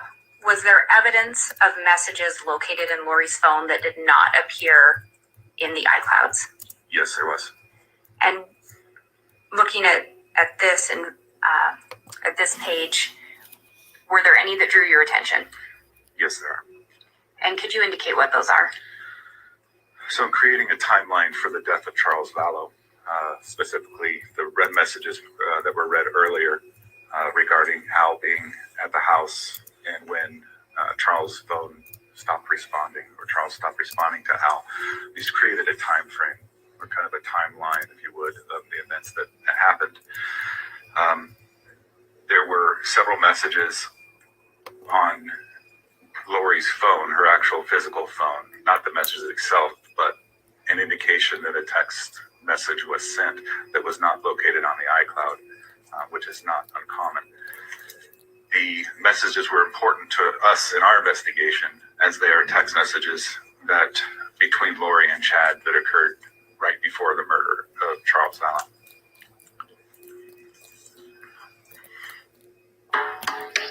So check this out.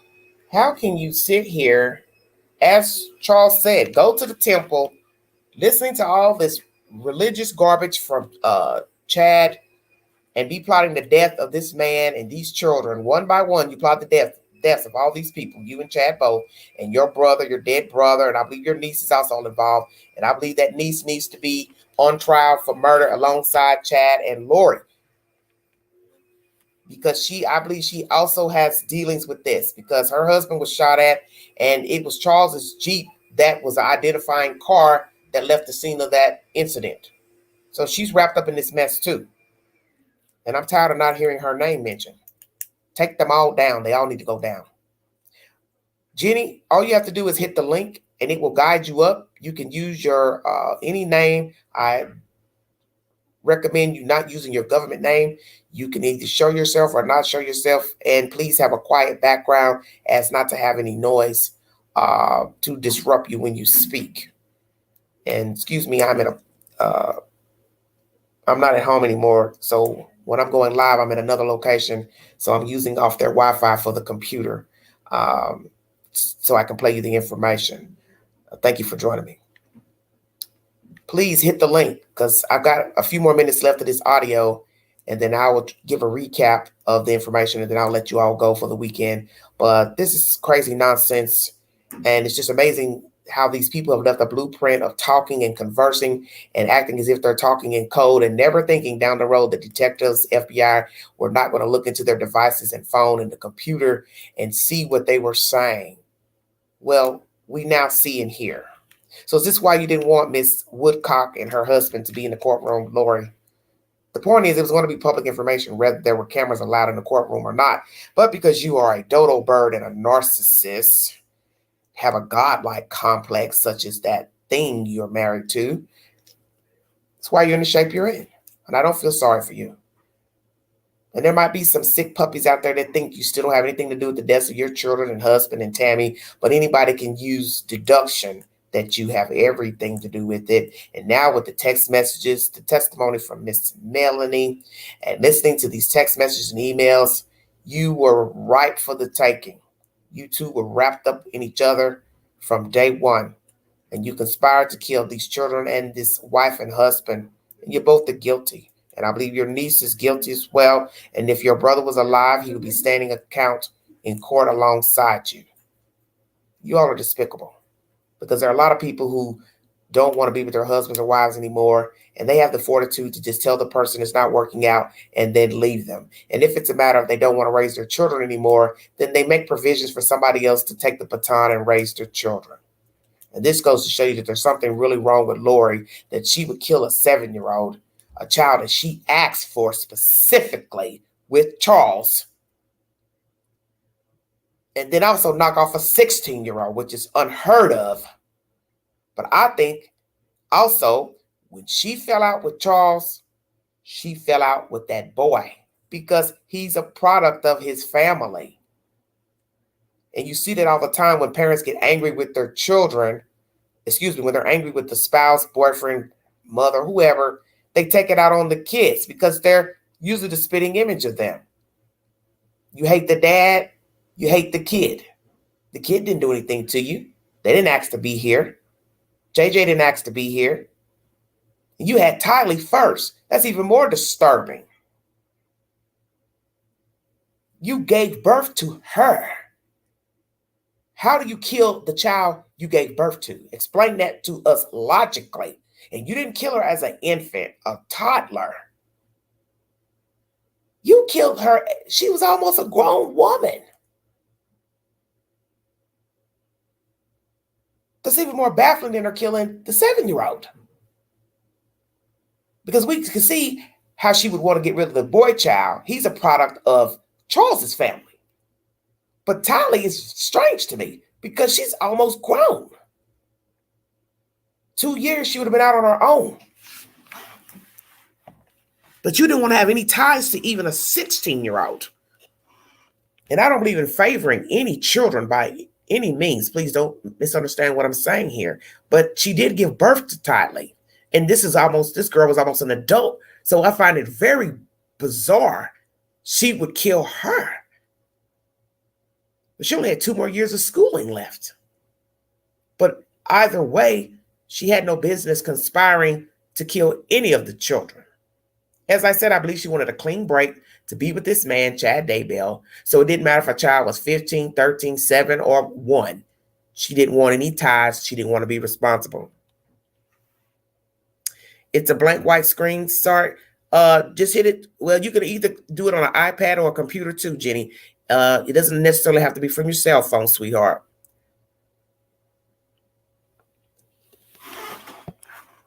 Okay, Hagen says the kids could tell all the secrets. Well, Hagen, that's what I mentioned earlier.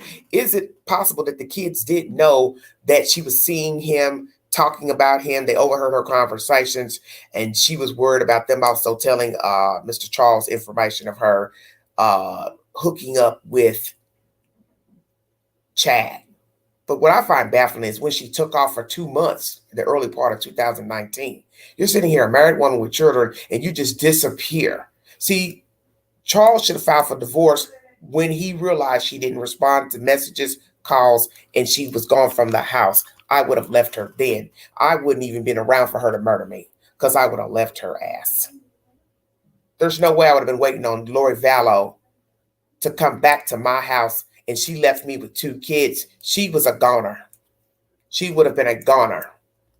The fact that this mess went on from late 18 into the new year of 19. She disappeared from the month of January, February or so, or March. And then she comes back where she went. And then she kills this man in the summer of 19. Those are too many months to still be messaging her and trying to plead with her and ask her to change and talk to me. Hell no. He should have put Lori down like a rabid dog the first of the year when she disappeared.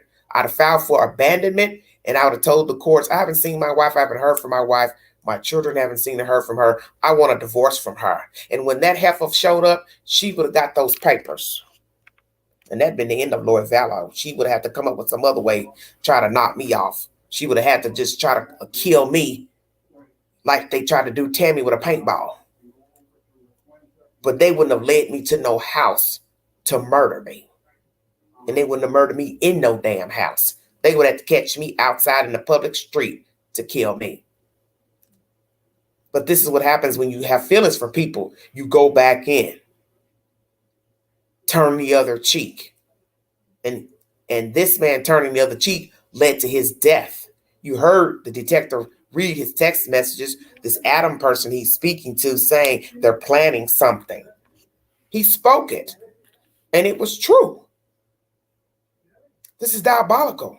That's why I said it's scary looking at videos of dead people, their text messages, pictures of them when they were happy and smiling. And even at the top of this video, this East Idaho News, you see a picture of Charles and Lori where they look like they were happy. And maybe perhaps at that time they were, whenever that picture was taken. But something went terribly, terribly wrong in the mindset of Lori Vallow. What happened, I do not know. Was she tainted all along? I do not know. Easily misled by Mr. Chad? I don't know. Did she come up with these ideologies on her own, or she was spoon-fed this stuff and she lost her way? I don't know. But I think perhaps she did have some mental issues. And when she met Chad, the rhetoric he spun to her exacerbated a vulnerable, tainted mind and spiritless soul. Perhaps her spirit was in limbo. And when she met him, she just latched on because she was looking for something. I think that's the reason why she's been married so many times. She's searching for that perfect being. And many of us want that in life. We want that perfect person to share our life with. We want to be loved, validated, thought of, valued. And rarely do we get it. And that's why many people relationship hop, bed hop, because you're looking for something. And there's nothing wrong with wanting to be loved and looking for love, looking for attention, validation. So I also asked that question as well. Did Charles treat her accordingly? Was he a loving husband, loving father? Was he a good provider? Was he mild-mannered? Was he understanding? Did he talk to Lori? Did they actually get along? Because we know that it's easy for people to step out on their relationships when there's strife in their relationship. So if a person feels neglected, undervalued, it doesn't take much when they start talking to somebody else to become enamored with them. The person shows them attention, they talk to them, they ask them questions, they check on them, they call them. Next thing you know, they're now head over heels for a complete stranger.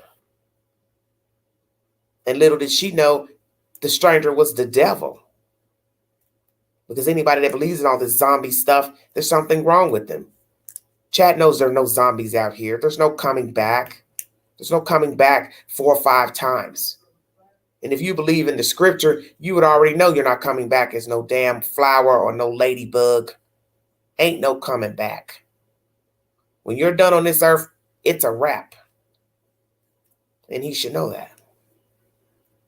That could ordain her as being this or that. So that's why I was wondering, what was his status in the church? Was he a pastor, a priest, a rabbi? What was he? Well, he's just somebody talking to hear himself. He wanted to be important. He wanted to be validated. And I believe that's the reason why he and Lori meshed, because they both were looking for something. He's looking for an audience. She's looking for a hero. Boom. Here is your 2 demon seeds crossing paths.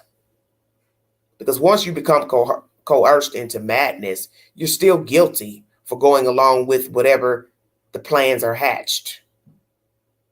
Because once you're an adult, you can't say, well, he talked me into it. She talked me into it. No, you went along with it. So long as they didn't hold a gun to your head, you went along with it. If there's nothing wrong with your family before you met Chad, how is all of a sudden they're all dark spirits now? See, that's the gist of the story. If nobody can validate that she talked this way about these people before meeting Chad, then that means she went along with whatever he spoon-fed her. And that's on Lori. And the fact she wanted to get out of court when they were showing the pictures of her dead children, well, Lori, you caused the deaths of these kids. And I don't know what part you played as far as tying them up, binding, gagging, any blows, dismembering, but you're a part of it. And many people can't believe in women killing children, but the stats have been proven. It's usually women that do kill the children. Please check out the video earlier that went short. It's in the stats. Most children are killed by their mothers, not their fathers, for different reasons. Now, you are entitled to your perception of why she killed her children and Charles. Doomsday, second coming. She's the chosen one. They were dark spirits. But the gist of the story is, you didn't kill Melanie. You didn't kill your mother. You didn't kill your father. You didn't kill your brother. I think she has another brother. You didn't kill your sister. Do you see where I'm going with this? So why is it that it was just the 2 kids and Charles that were dark spirits? Why is it was only Tammy, a dark spirit? Chad didn't kill his other children that were grown. He didn't kill his neighbor. Yeah. A bunch of BS. Oh, thank you, Sean. Thank you so much, sweetheart. Thank you for the donation. God bless all of you. All right, everybody. Let's finish this on up. Thank you all for following this content. I appreciate it. Eastside East Idaho News has been covering this case of Lori Vallow Daybell in the trial, and this is the content from their YouTube channel. I will recommend that you all subscribe so you can get the latest updates pertaining to Lori Vallow.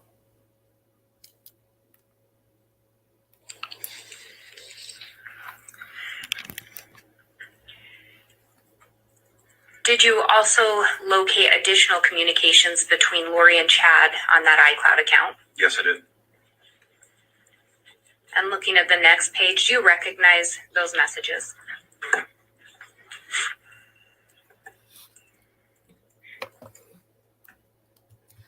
I do. And could you indicate who was the sender, the receiver, the date, and read the message into the record? Yes. The following are text messages between Lori Vallow and Chad Daybell on 7/18. That should be 2019, not 2018. Lori to Chad. I just got the letter from the insurance company saying that I am not the beneficiary. It's a spear through my heart.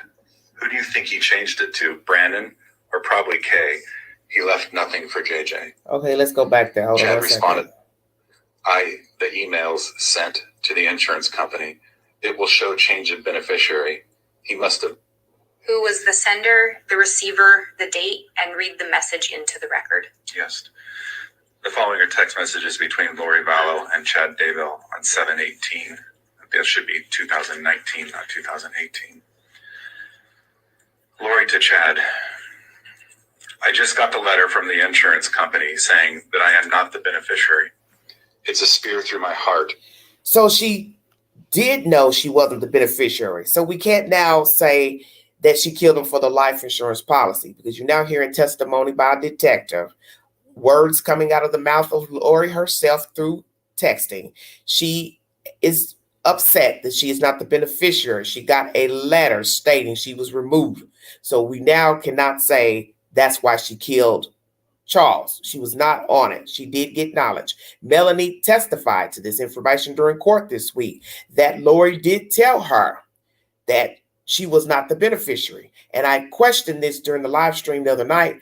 Is that true that Lori told her that? Well, you now hear it out of Lori's own mouth that she received a letter. She was not the beneficiary. So she's really pissed off, angry now that she ain't getting nothing in case the man died naturally or homicide, if you get my drift. Well, why would you be devastated, Lori? You left the man early part of the year to be with another man, disappeared, got out of your obligations as a wife and mother. Hell yeah, he took you off as a beneficiary. That's why I said he should have left her when she left. When she disappeared from the lives of he and the children, he should have left her. He should still be alive today had he left her. Now, I'm not saying she wouldn't have put an attempt on his life anyway out of spite, but at least they could say for the record, he left her when he found out she was messing around with Chad, took her off the beneficiary and tried to live. You let those people lead you to that damn house to be killed. And I'm not trying to victim blame, but he said it out of his own mouth right before death. I would not have gone to that damn house if I thought they were trying to set me up. And that's what's so sick about this. He's texting this to somebody that he smelled trouble. They're texting each other back and forth, Lori and her brother, and he falls for it. This is why we have to use our better senses. When we sense something is not right with people, they're too quiet, they're talking in circles, they don't make sense, they want to lead us somewhere we don't really want to go. Our spirit is telling us, don't meet them there. Don't pick up the phone. Don't return a message. Don't do it. Because it just may save your life. This is horrible. This is absolutely horrible. Who do you think he changed it to? Brandon or probably Kay? He left nothing for JJ. Chad responded to Lori, wow, that's terrible.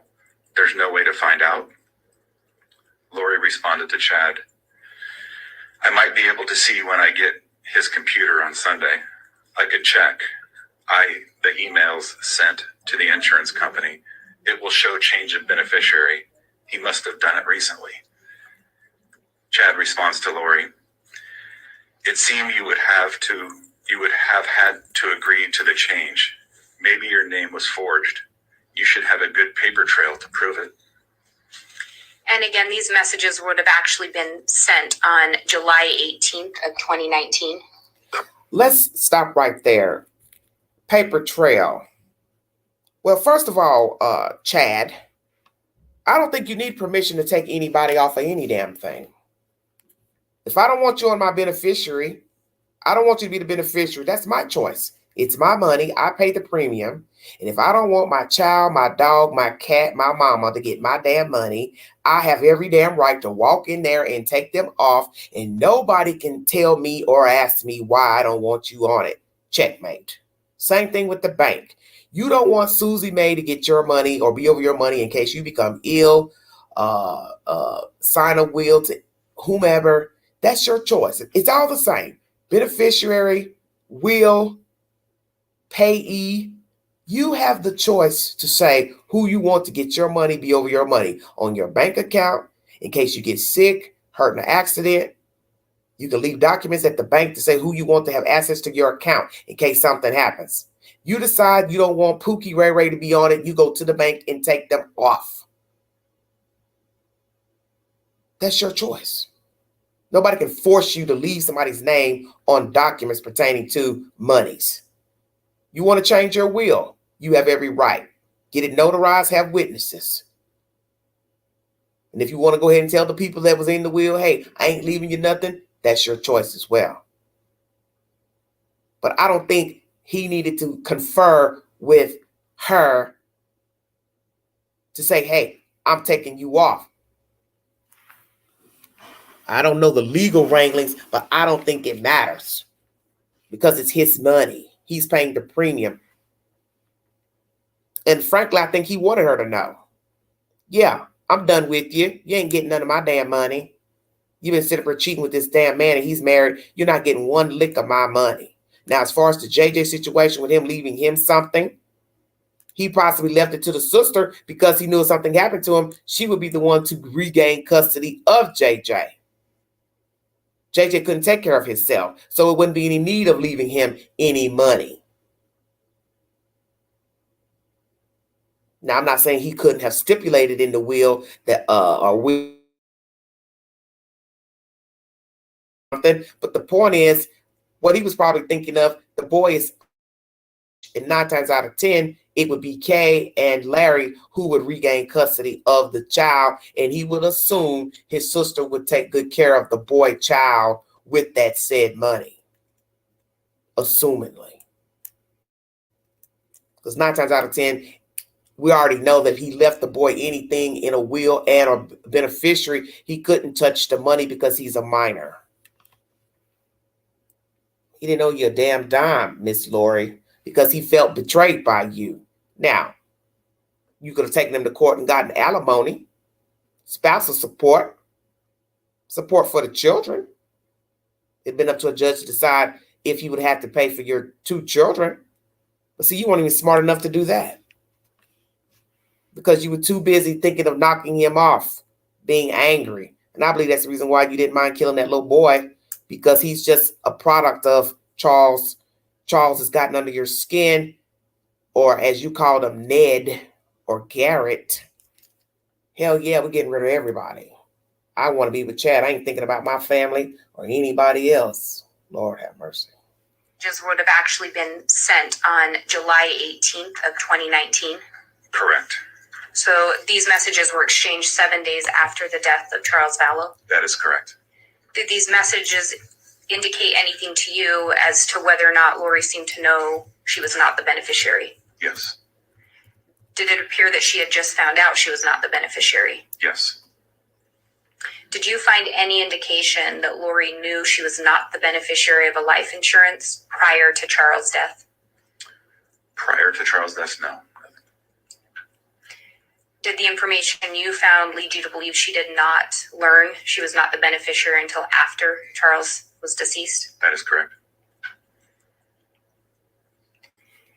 I'm looking at that next page. So she's referring to information of when Lori got knowledge of the beneficiary change after death. So then that means she didn't know possibly beforehand that Charles had changed the beneficiary to K. How interesting. But that's the whole point of what I've been saying. I don't have to let you know that I don't want you on the policy anymore. I don't have to tell you anything because I don't owe you anything, in my opinion, my perception. So he's done with her mentally, physically, financially. So he just says, I'm going to go change her.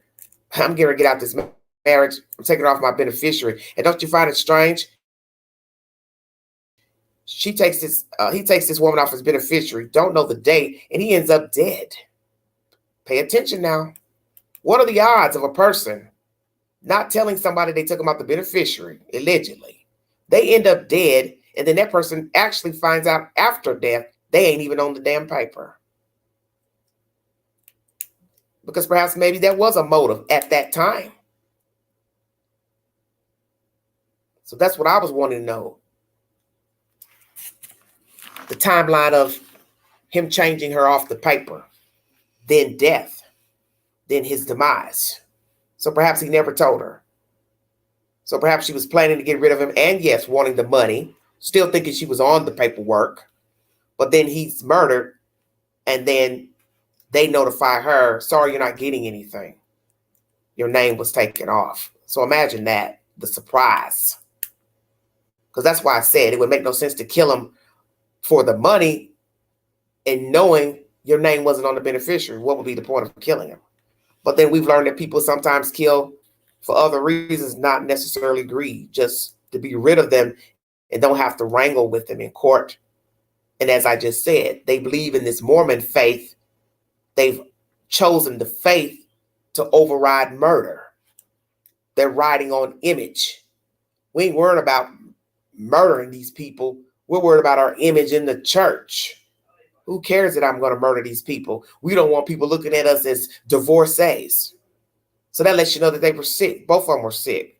To be more concerned with the Mormon faith and how people saw them. You don't think people are going to look at you and say, we ain't worried about you being a Mormon. You're a murderer. That overrides being a Mormon. But if you're sick and demented, you don't see it that way. And perhaps that is why they killed these people. To be together, be unobligated, no legal wranglings, don't have to take care of no children. But I don't know how they thought that was going to work out. All these dead people. That's what amazes me. There's too many dead people to think that somebody wasn't going to start poking and prodding. Charles was deceased. That is correct. And looking at that next page, and again, I think it says July 18th of 2018. That should be 2019. Yes, ma'am. Is that correct? Yes. And are those additional messages that were located? They are. And could you indicate for the record who sent them, who received them, the date, and read them into the record? So on 7/18 of 2019, Chad sent Lori a message. I love you.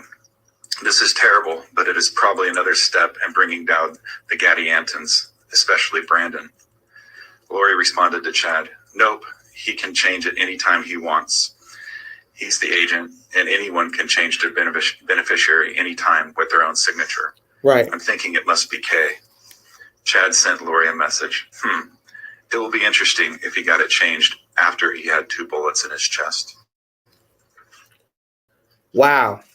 Did you hear that? Just got better. What in the world? And you put that in a message, Chad? You all are the stupidest people breathing. Who would say some mess like that? Okay, let's go back to that. I'm thinking it must be K. Chad sent Lori a message. It will be interesting if he got it changed after he had 2 bullets in his chest.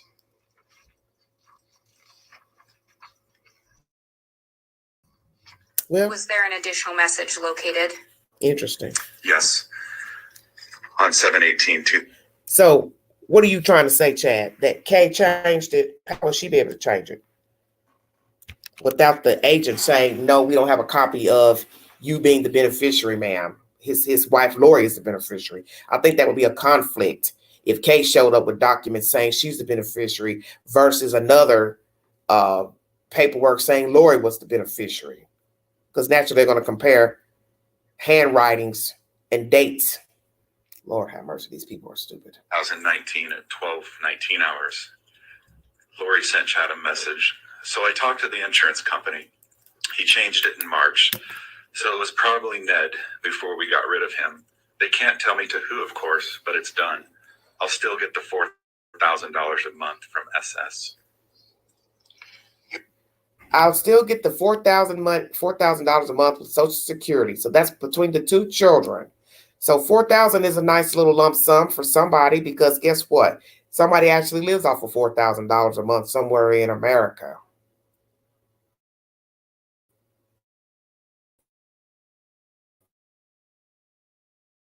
And the deaths of her children after having her Charles. So what was the plan? Charles only or all of the above? Charles and the children. Ned, Garrett.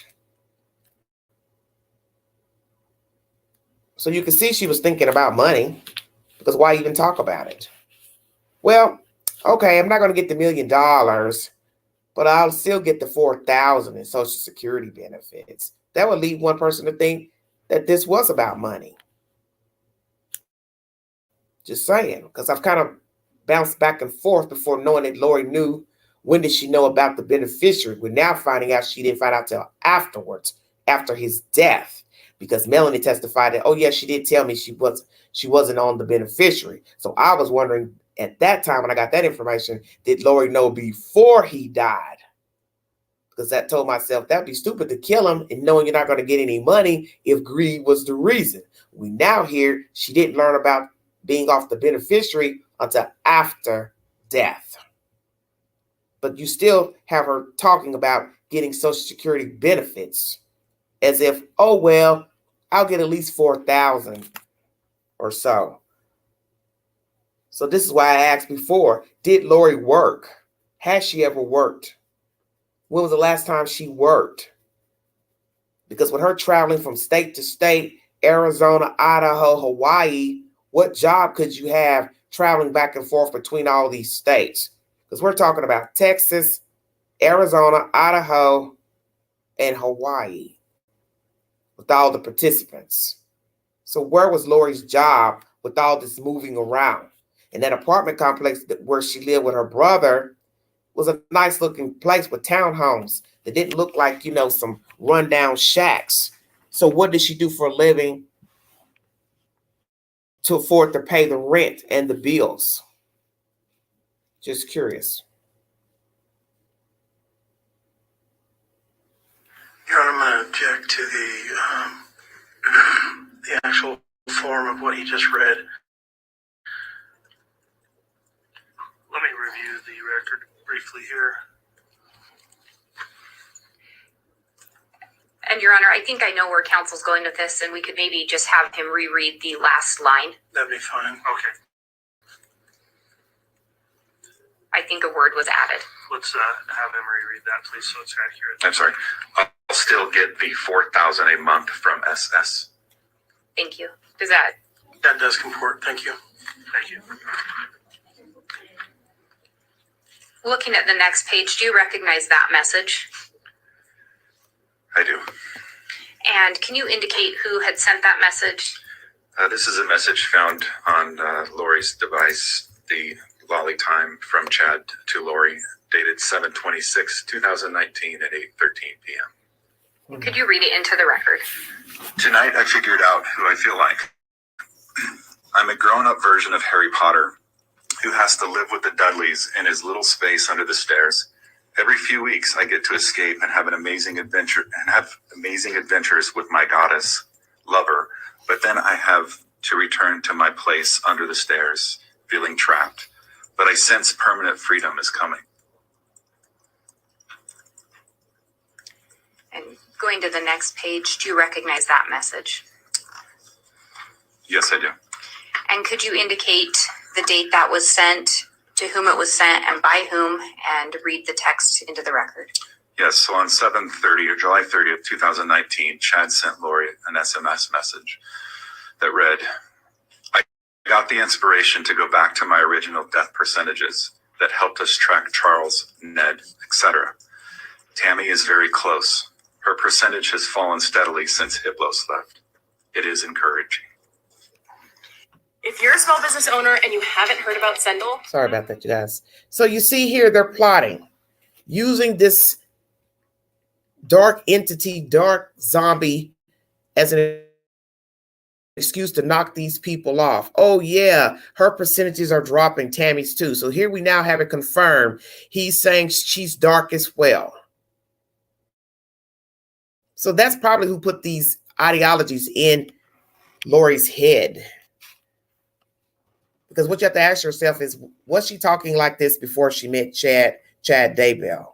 This dark entity BS, this zombie apocalypse, 144,000 chosen ones. Did she get all this drama from him? And she was gullible, naive, looking for somebody to latch onto or looking for something to believe in. Thank you, Jenny. Thank you so much, sweetheart, for the super chat. She was looking for something to believe in. Because this is what happens with a lot of people who are gullible and green and people who are searching for something. They get tangled up with people. They start listening to them talking and they start following in behind them in their ways and ideologies. And next thing you know, they're immersed into something that they really don't know anything about, but they just want to be a part of something. This happens every day.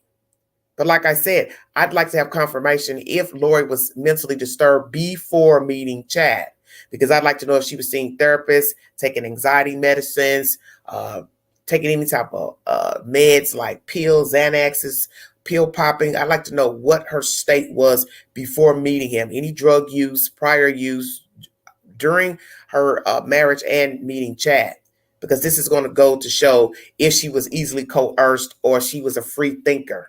But in the end, I still put fault with her because she has to know right from wrong. She can't be talking about the Book of Mormon and church and this and that and taking what she wants out of it to feed her own selfish, deviant ways, because it doesn't work that way. You can't choose the sins you want to exact and then say, well, that sin is wrong, but I can do this sin over here. It doesn't work like that.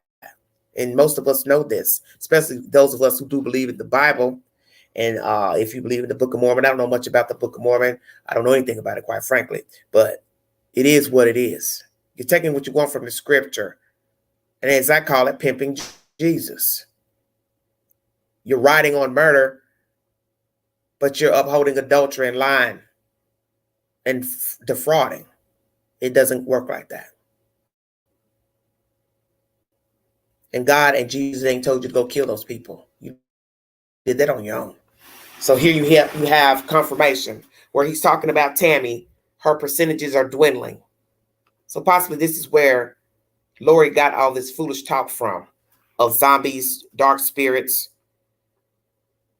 She got it from Chad. It has fallen steadily since Hiplos left. It is encouraging.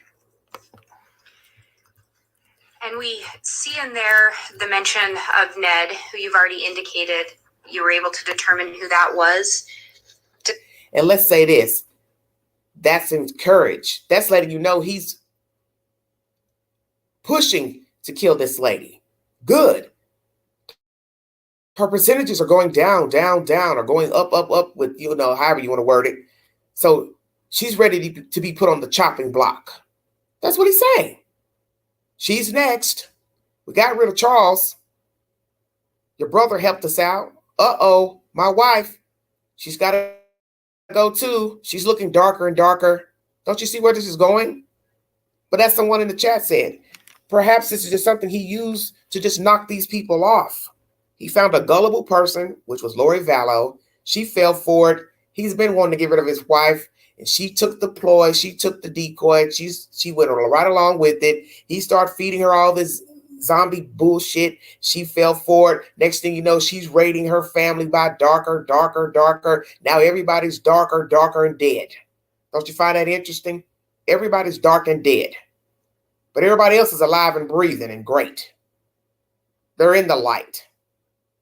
But only Tammy, Tylee, JJ, and Charles are dark and dead. Don't you think about that for just a second. Why were those specific people dark? Had dark entities. You ever wonder why Chad's kids were never considered dark? Yeah, but somebody said, oh, they were older and grown. He didn't have to take care of them. Possibly so. But that's why it's all a farce. Because whether they are grown or not, that has nothing to do with if you have a dark spirit or not. You can be grown and have a dark spirit. Come on now. No, these people were in the way because she was still obligated to them. See, his kids are grown. He wasn't obligated to grown kids. He didn't have to take care of them, put them in school, feed them. When you're underage, I got to feed you, clothe you, tote you around. And Tylee was almost grown, so I don't understand the purpose of killing her. 2 more years, she'd have been an adult. But the 7-year-old, that's still more years of taking care of him. Then he was also autistic, so he would need more attention.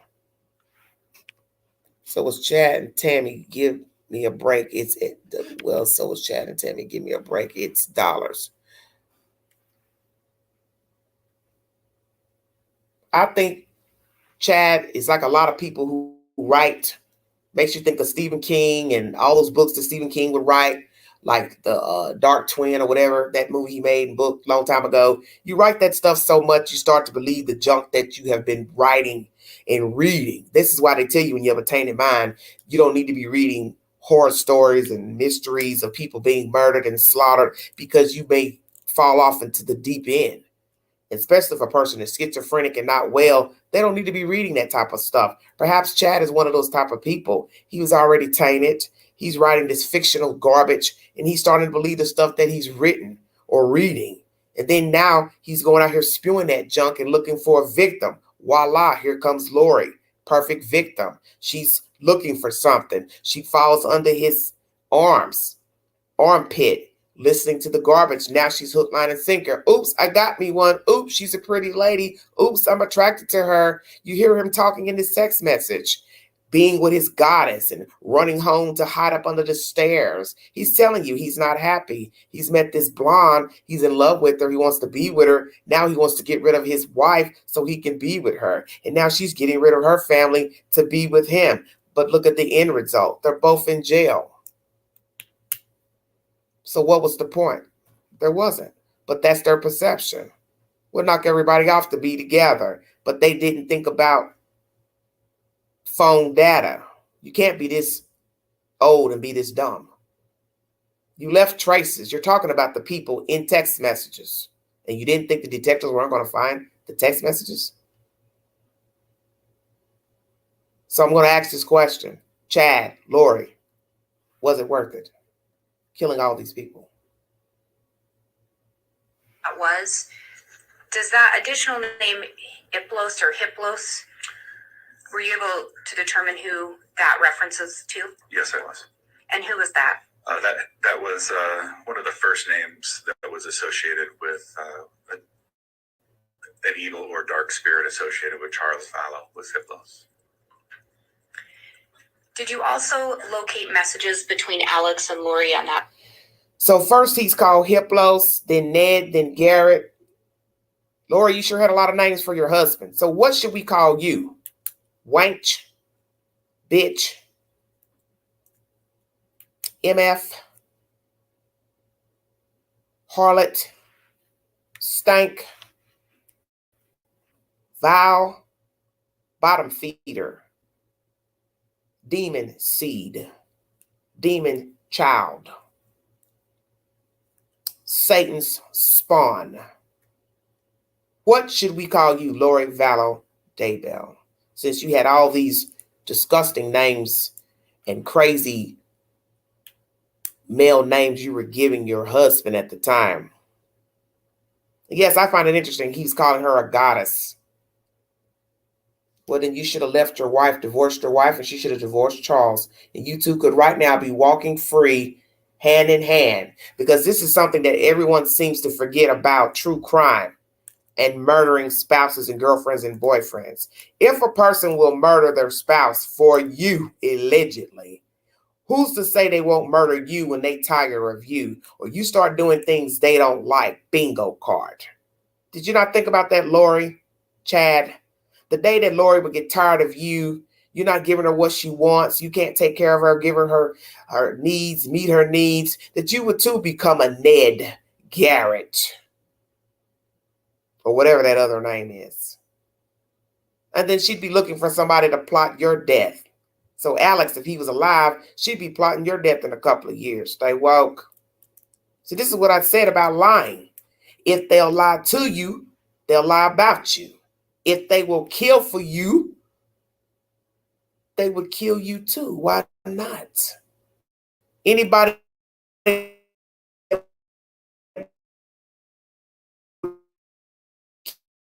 kill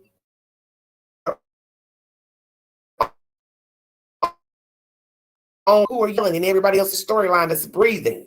Their wives or husbands. So how would you be deemed important? As I read to you from Wikipedia, the mothers look at their children as objects. Same thing with killers, rapists. The person, you have no value, no substance, no validity. You are an object. Yes, I brought you here, but I murdered you at the age of 16. Yes, I wanted to have custody of you, but I killed you at the age of 7. You're an object to me. So that leads me to believe you never cared for your children, period, Lori Vallow Daybell. You never loved your husband. You never loved those men that you were married to. Because how do you wake up at the age of 40 plus and decide to knock off your family? You had to have had some sinister ways beforehand. Did you also locate messages between Alex and Lori on that device? Yes, I did. And do you recognize the messages on that screen or the page in front of you? Yes. Could you indicate who sent those, to whom they were sent, the date, and read the content into the record? On September 3rd, 2019 at 10:02 a.m., Alex sent Lori a message. Network name is Anti-Layman. Password is the number 2, too many kids. Lori responded to Alex, funny.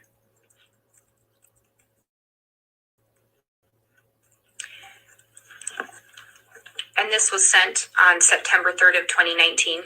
Yes. To the best of your knowledge, were Tylee and JJ missing at that point? Yes, they were. On September 3rd, were they missing? September 3rd. I'm not sure the exact date on when we started looking for them. I'm not sure You became involved in the investigation a little later? Yes. Would it have surprised you to learn that they were last seen later in September, Tylee on September 9th and JJ on September 22nd? And I object to the form of the question. What did Alex mean when he wrote that to Lori? Too many kids. What? She didn't need her kids? You're their uncle, for God's sake.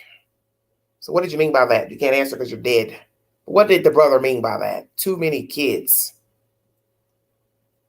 Too many kids, you don't need them. They're in the way. Too many kids for me to knock off. Too many kids will be obvious, missing. What did he mean by that text message to Lori? Well, can't ask him. He's dead. I believe that,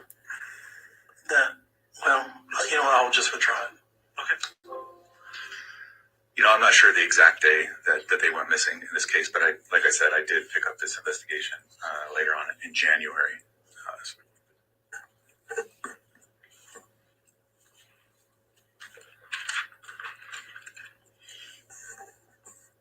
And you had indicated you were aware of the attempted shooting of Brandon at the time you were looking at these accounts. Yes. Do you know the date of the attempted shooting of Brandon Boudreaux? I believe it's October of 2019. Do you recall locating any searches or deleted searches on either of these accounts? I do. And were they around the time of the shooting of the attempted shooting of Brandon Boudreaux? Yes, they were.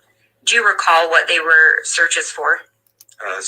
On that day, there was some deleted cookies on her account, and a majority of those searches were for news stations in Arizona. And were those deleted cookies from October 2nd of 2019? That sounds about right, yes. As part of your investigation, did you also review phone data from an individual named Zulema Pastenis's phone? Yes, I did. Did you locate messages on that phone? I did. And I believe you've already indicated that you also looked at an iCloud account associated with Charles Vallow? Yes, I did. Your Honor, I would ask to have the witness shown what's marked as State's Exhibit 51. I believe the court and counsel should have a copy. And to keep the record clear on that last Exhibit 48, we will mark the jump drive with an exhibit sticker and submit it to the court as well. All right, thank you, Ms. Blake.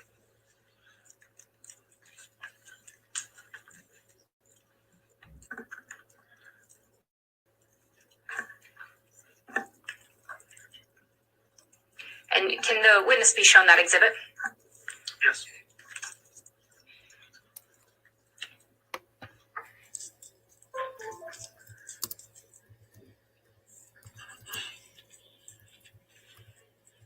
And if you would look through those pages.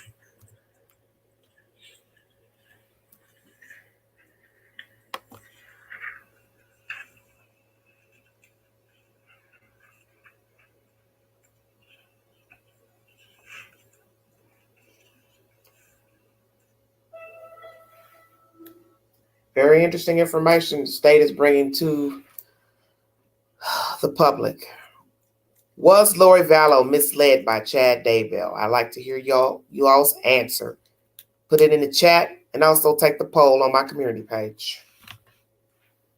Or was she already a tainted soul and he just exacerbated what was already wrong with Lori? Will we find out she has a mental defect, some type of disease that hindered her thinking process, or she was already a tainted spirit but was living a lie? What is the truth to who Lori Vallow Daybell is? Who is she? And was she already evil? Because how do you wake up one day and kill your family? Relying on religious rhetoric from some strange man you don't know a damn thing about. What is the truth? Because as her mother said in the interview, she was always trying to be close to God, trying to live right, be in the church. Is it perhaps that she lost her way in trying to follow this Mormon faith? And as I said, one thing begat another. She's searching for herself, searching for her true self, searching for redemption, light, better way of living. She meets this guy. She starts listening to his rhetoric, zombie talk, and she falls off. What's the truth? Because her killing these kids is strange to me, especially due to their ages. A 16-year-old makes no sense to me. This whole code is a mess of coded words and messages into they damn well knew what was up between all of them. Sorry, Queen. Gotta step back, laugh out loud, getting heated over here. Oh, you're okay, honey. I ask all questions because I don't know Lori Vallow. I know that what she's done is wrong. And even if I'm to believe that he misled her, I still say she has to take responsibility for what she did because she knows right from wrong. We have testimony from Melanie where she told Melanie she wanted to kill Tylee's dad for molesting the kids. So in one instance, you're willing to kill for your children, but then years later, you kill your children for a man. Do you see the irony here? How is it years before you're willing to murder your own husband who's suspected of molesting your kids? But then fast forward, new husband, new lover, years later, you're willing to kill these same kids that you were going to kill a husband over those kids, but now you kill these kids for a new man. Make it make sense. Because that's a pivotal point that nobody's touched on. And I don't think nobody's caught that out of Melanie's testimony during court this week. She told that woman, I wanted to kill him, Ryan. So how do you have a woman who wanted to murder a man years before for violating her children, allegedly, to fast forward years later, kill those same kids to be with another man that was not her husband? Stay woke. That's deep.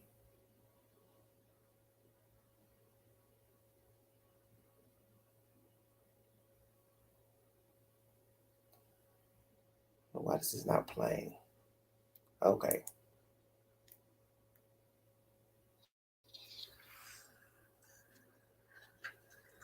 Okay. Jenny says they put Ryan through hell. Well, that's what I'd like to know, the truth to the child molestation. He's now Do you dead. recognize those? So I don't know. And are those, in fact, messages that you located during your search of Zulema Pastenis's phone and Charles Vallow's iCloud account? That is correct.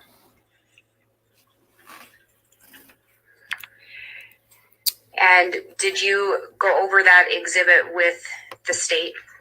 I did, yes. And did you do that in preparation for your testimony here today? Yes, I did. Did you assist in creating those pages? Yes. And would it be helpful in your testimony today? Yes, it would. Your Honor, with that, I would ask that the exhibit be admitted. Any objection to admission of Exhibit 51? I would like to put on the record that we have objected to this particular exhibit and all the information contained therein under 404B, and we understand that our objection was overruled in February. All right, thank you, Mr. Thomas. So the court has previously made a ruling under the 404B rule that this evidence is admissible for purposes of trial. The exhibit, then, without further objection from the defense, Exhibit 51 is admitted. Your Honor, I would ask to be allowed to publish Exhibit 51. You can publish it. And again, for the record, this is similar to the last exhibits where there is a paper copy that has been provided for the court and counsel's convenience. We do have a jump drive with the PowerPoint on, which we will intend to mark with an exhibit sticker and admit. Okay, so that jump drive and digital file will be the actual exhibit, and counsel and the witness may refer to the paper copy so long as it conforms with that digital file.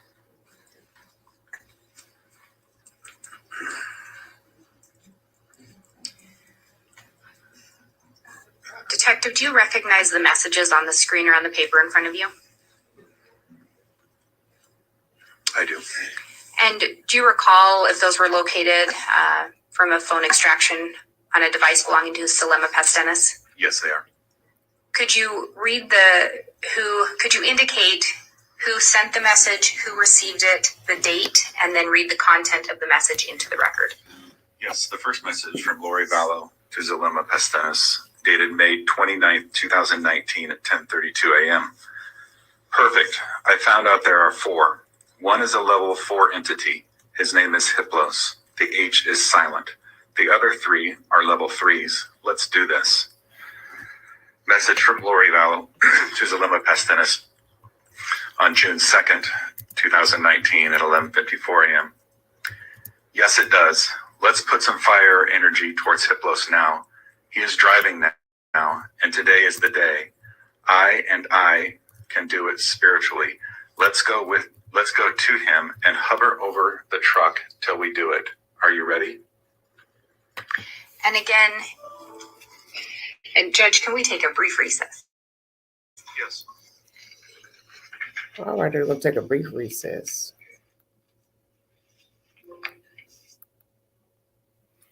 T, what are you talking about? She left her kids prior. You mean in January when she ran off, I guess, to be with him? Or before that? Do you have information that she left her children before January 2019?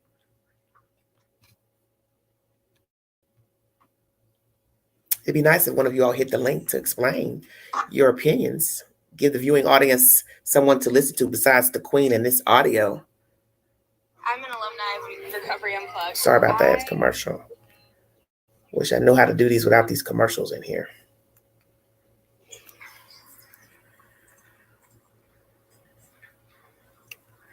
But that's why I asked, what was her ideologies before? Because I think she was still in the Mormon faith before meeting him. But I'd like to know, did she talk about being chosen and zombies and all that before she met Chad? Because like I said, a lot of people can be easily coerced.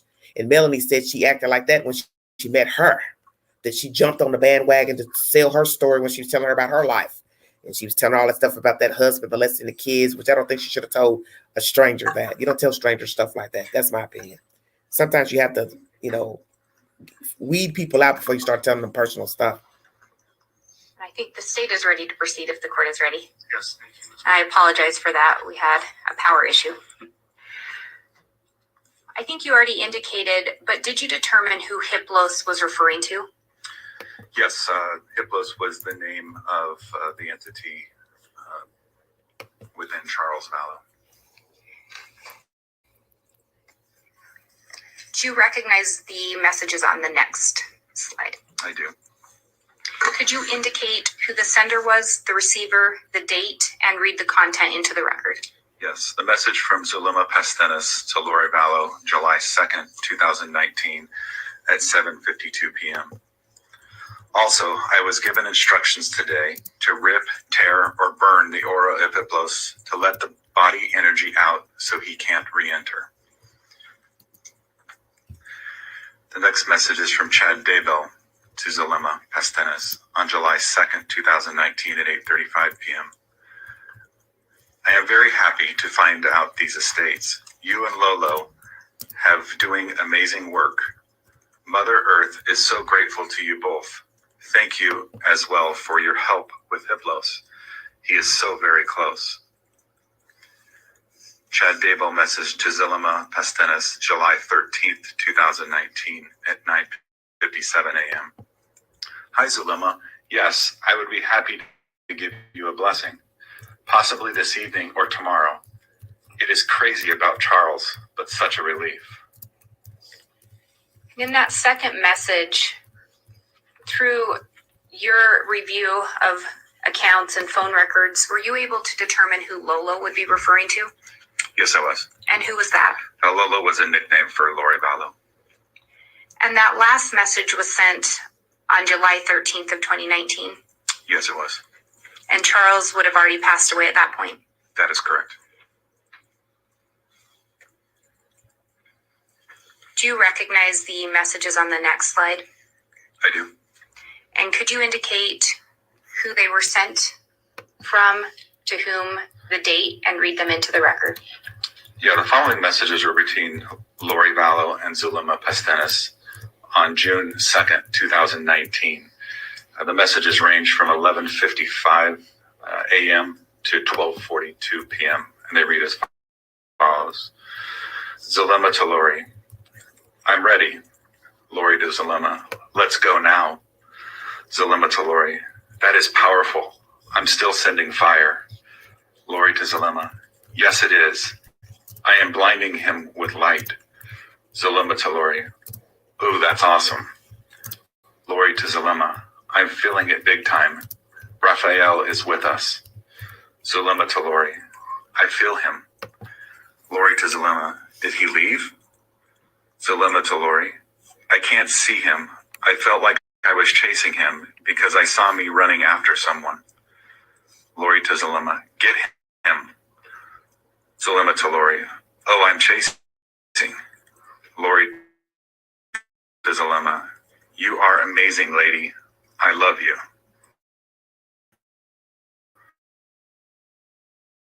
Lori to Zulema. Me too.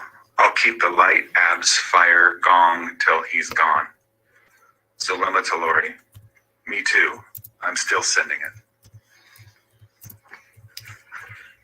And with these messages that we've gone over today, including this one, are there sometimes emojis attached to those messages? Yes, they are. And these slides did not contain the emojis that were present in the originals, is that correct? That is correct.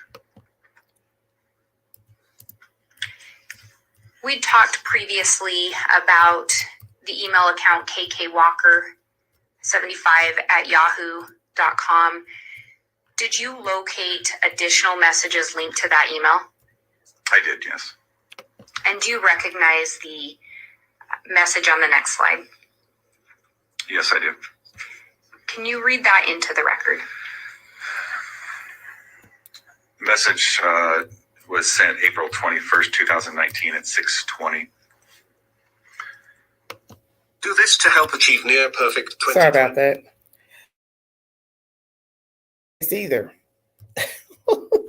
It's just, I don't like stories that's got 50,000 different names and people trying to keep up. You need a roadmap, literally. It's sad. at 6:20.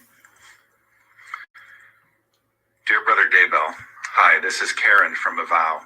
I contacted you a couple weeks ago to see if you would be willing to come speak to our youth here in Houston, Texas. You said you probably could if there was a way to cover your expenses. Since then, I can't shake the feeling that you need to come share your story, particularly about chasing paradise. We are near the Houston Temple, and this summer our stake is focusing on family history work. My reason for contacting you again is that we have a stake youth conference planned for all day on Saturday, April 27th. The focus is on the temple, and I know you would energize the kids with your stories. We expect about 400 kids to attend, including some parents. I know it is extremely short notice, but is there any chance you could come? A high councilman is currently the main speaker, but he said he would be happy to let you speak instead. My husband and I have been financially blessed, and we pay for your flight. We also have a casita attached to our house where you could stay and not be bothered. Also, my daughter mentioned the young single adults would love to put together a fireside on Sunday evening. I realize your main goal is to sell books, and that wouldn't be possible at these events, but I know that the interest in your novels would skyrocket here. I'm sorry it's so late. If possible, please let me know as early as possible in the morning so we can include it in the Sunday announcements. Also, we'd want to get your flights booked. If you were able to do both events, we could fly you in Friday, then depart on Monday. Please let me know if this is possible. We would love it. Karen Walker. And did Chad respond to that email? He did. And on the following slide, do you recognize that, the content of that slide? Yes, I do. And could you indicate who that was from and read the content into the record? The response to that previous email that I read reads, "Hello, Karen. Yes, I will be able to come, so let the wards know. I can talk to you later about arranging the flight. Chad." Do you know where Lori Vallow was living on April 22nd or April 21st of 2019? Lori was in Houston, Texas.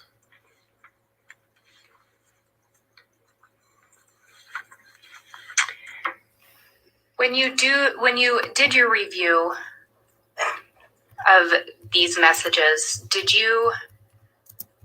or of these devices and these accounts, did you pass your findings on to other law enforcement? I did, yes. Did you share the phone extractions with other law enforcement? I did, yes. If I can have just a moment.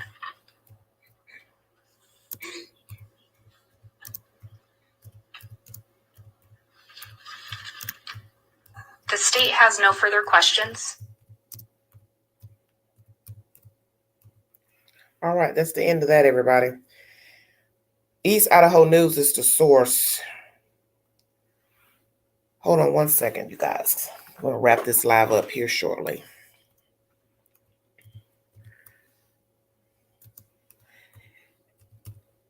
You hear it mentioned in April 2019, Lori lived in Houston. So we're talking about Houston, Texas, Arizona, Idaho, Hawaii in just a few months. Those are a lot of places to live.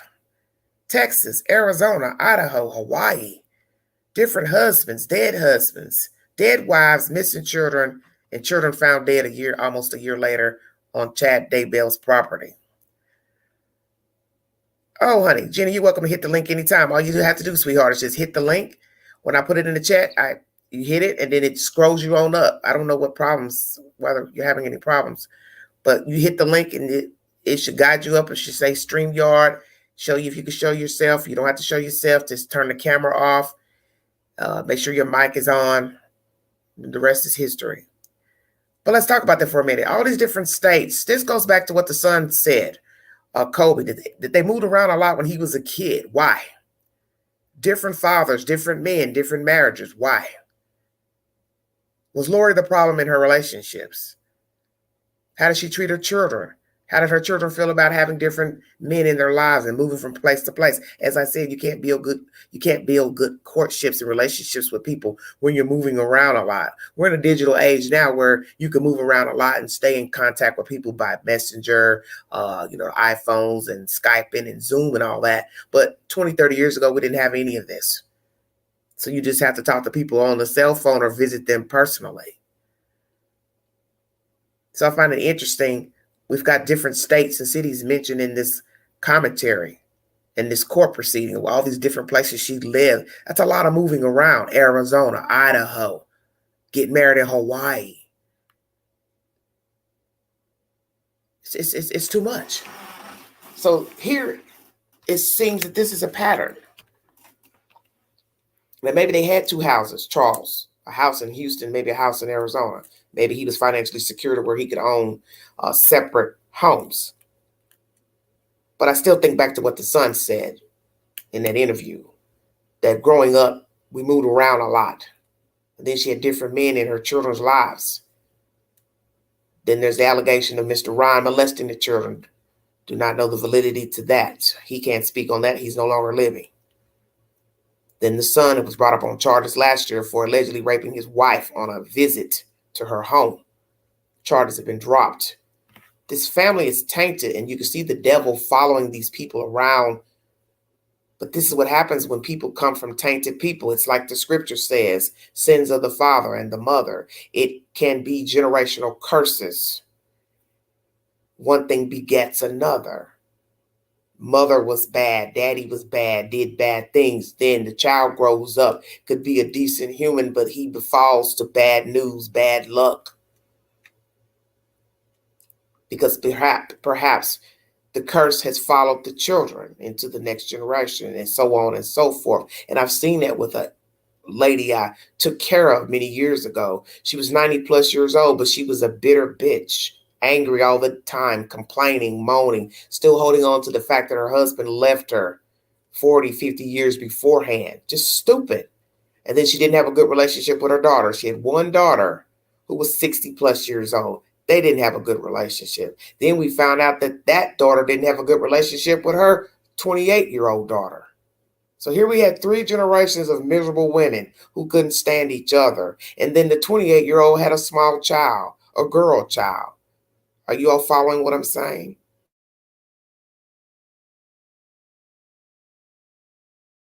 You have to worry about that little girl now. What type of relationship would she have with her mother, their grandmother, their great-grandmother? The great-grandmother's even still alive. Because you can teach bitterness to your children. You're walking around mad at the world. So she obviously was bitter to her daughter, this 90-something-year-old woman at the time. So then this lady, she grows up insecure, and then she has a daughter, and her and that daughter didn't get along. And then that daughter had a small toddler. So then we have to worry about how she's going to treat her toddler. This is bad.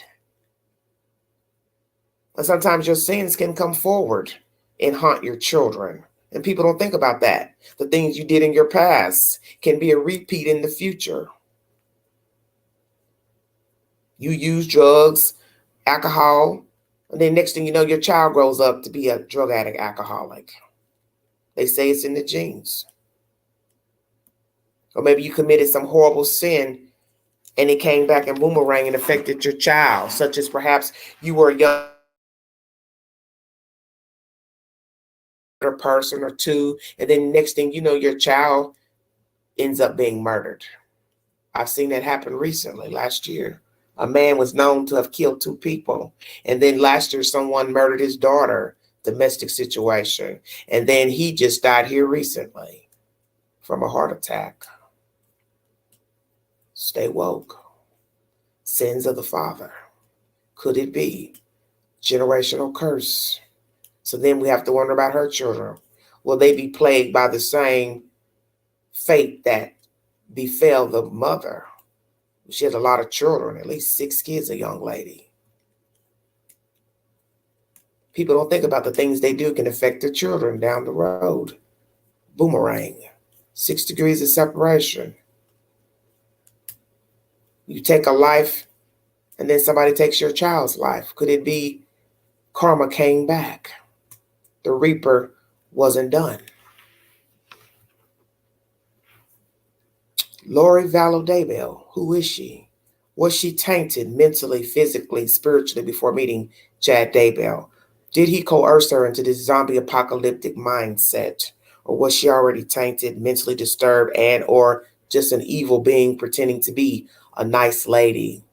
I feel sorry for Miss Woodcock, Miss Kay, and Larry, because they have to be reminded every day that they gave this child to her and Charles, and this same lady orchestrated the death of Charles and JJ and Tylee and Miss Tammy. And I feel sorry for those children that belong to Tammy if they are still supporting their father, because the coroner says asphyxiation. So imagine now knowing your father strangled your mother or suffocated her, and then still support him despite the evidence. Because that's what happens in life. People don't like to think of the worst of people, especially their family and their friends. Who wants to think that they have been walking around talking to someone that murdered their mother, someone that murdered other people, conspired to kill other people and children? And you see they conspired because it's in their text messages. They were that stupid to put it in text messages. Yes, you do have to be in the right mind frame, because you do not have to be a product of your upbringing and your genetic pool. You can't beat it and break the cycle. One, you have to have faith in God. Two, you have to seek help if you need help. And that's either spiritual guidance, medical guidance, or therapeutic, mental help. Don't ever be ashamed to reach out. You don't feel well, seek help. You do not have to be a product of your environment or your mindset or your upbringing, your demographic, because all those things form your identity. And how you start is not how you finish. I think most of us know this. And you can be misled by people. And many people have been misled by two-legged creatures dealing with religion, finances, relationships. People have been talked into doing the most heinous of things. That's why we have such a high population of people incarcerated, because they followed in behind other people. But it comes a point when you become grown, people are not going to pity you in taking a part of crimes when you should know better. But we do have people who obviously act as if they don't know better. So then it's a toss-up. Are they also mentally defective? Or they just damn evil, don't care? Never learned to do right. You're entitled to your perception. This is very pivotal information from this East Idaho News. This was court proceedings. The detective reading off text messages and emails between Chad, Lori, and Mr. Charles. Charles possibly still cared for his wife, but you see in March, he changed her as on the beneficiary. And he did not need Lori's permission because, as I said, it's his money and he pays the premium.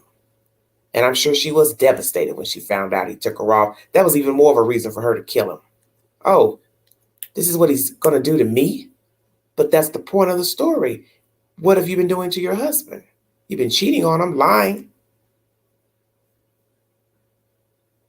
Why would he want to leave you as a beneficiary when you've been cheating on him? But see, a narcissist doesn't think like that. It's woe is me. Look what they've done to me. Not what have I done to them for them to cut me off financially. And then she speaks of the Social Security checks. Oh, well, I'll get $4,000 a month, which we know $4,000 is nowhere near $1 million. But when you have a jacked up mind frame, and I think to some point that she was possibly a little bit gullible growing up, but she still knows better. Because at 40-something years old, you can't be too gullible. But there are people who do act like they're green now. I meet a lot of people that still act childlike and they're 40 and 50. They believe anything people tell them. They follow in behind people that they know are not right for them, misleading them, lying, disloyal, and they still aid them. And I'm guilty of it myself. Knowing I should fold, but still continue to deal with a person. And in your mind, you're telling yourself, it's just a matter of time, something else will pop off because the person just can't seem to act like they want to do right. They've just got something in them that's just, it's sad to say, evil. They could be good, but they've got a badass attitude, nasty, negative. Everything's argumentative, combative. They can't see light. And they can't see light because they are dark. There are actually people out here who do have a dark spirit. They can laugh and joke and have a little fun with you, but basically they're negative. And they don't see the good in people. So that is a dark spirit. And if you were to tell them that, they might admit it, might even get offended, but they know it's the truth. Well, Pat, she's not going to be able to pay it back because she's incarcerated and she's never going to be able to get out to pay restitution. She or Chad. And Chad, he's doomed now with these text messages being released. And he's probably sitting somewhere thinking to himself, how did I get myself in this mess with Lord Vallow? They've heard all our text messages now, so they know I'm complicit. And you can't explain those 2 dead bodies. I don't care what you say. Those were the smoking guns, the 2 dead kids. And these text messages and Miss Melanie's testimony in court have sealed it up. Because you heard from News Nation that the people were in awe in the courtroom listening to the testimony by Miss Melanie. And I'm sure Mr. Boudreaux's testimony of being shot at didn't help. And now you have confirmation of her knowing about not being a beneficiary, him dying weeks later after her, her finding out after he died, that she wasn't on the beneficiary, talking about the Social Security checks as if it was no big deal. Oh, well, it's a little money. Them talking about everything. Charles pleading with her to stop lying and manipulating and using the credit cards. Charles met the wrong lady. And for a small second, I could almost say that possibly Lori was a nice person, but was misled by him. But the point still remains. If I even want to think that about her, she still knew right from wrong. Because if she studied the scriptures, she knows murder is wrong. And she can't talk her way around using that as an excuse that these people were dark entities because there were too many people that they killed. So she knew right from wrong. She and Chad both, Denise and Alex Cox. Yeah, he's sweating. Because she plays that role when she talks. Very soft and, melancholy in her phone call with Melanie, she and Chad, her conversations with detectives, her conversation with Chad when they were searching his house. Very mild-mannered, but then one could say that's her deceitfulness, plain green and soft-spoken, when deep down inside, she's a monster. Because what you have to ask yourself is the ultimate question. Would Lori have killed her children and husband had she not met Chad? Because it's a toss-up in your perception of Lori Vallow. That she was evil beforehand, mentally defective beforehand, or met somebody just like her, or was deceived by Chad and she rode the ride. Which is it? I want to thank you for joining me. Like, share, subscribe, drop your comments below. Go to my community page to take the said polls pertaining to Lori Vallow and Chad. Is she evil or was she coerced by Chad Daybell? If you'd like to donate to this great network, $ Big Angie 129 Cash App. All stickers and chat to welcome during my live stream. The next live will be pertaining to the transgender debate hype. A lot of these transgender individuals are wanting to call women cis. And I want to talk about that subject matter briefly. Why should we be accepted as cis? Should we be accepting men wanting to identify themselves as women, dressing as women, getting sex changes.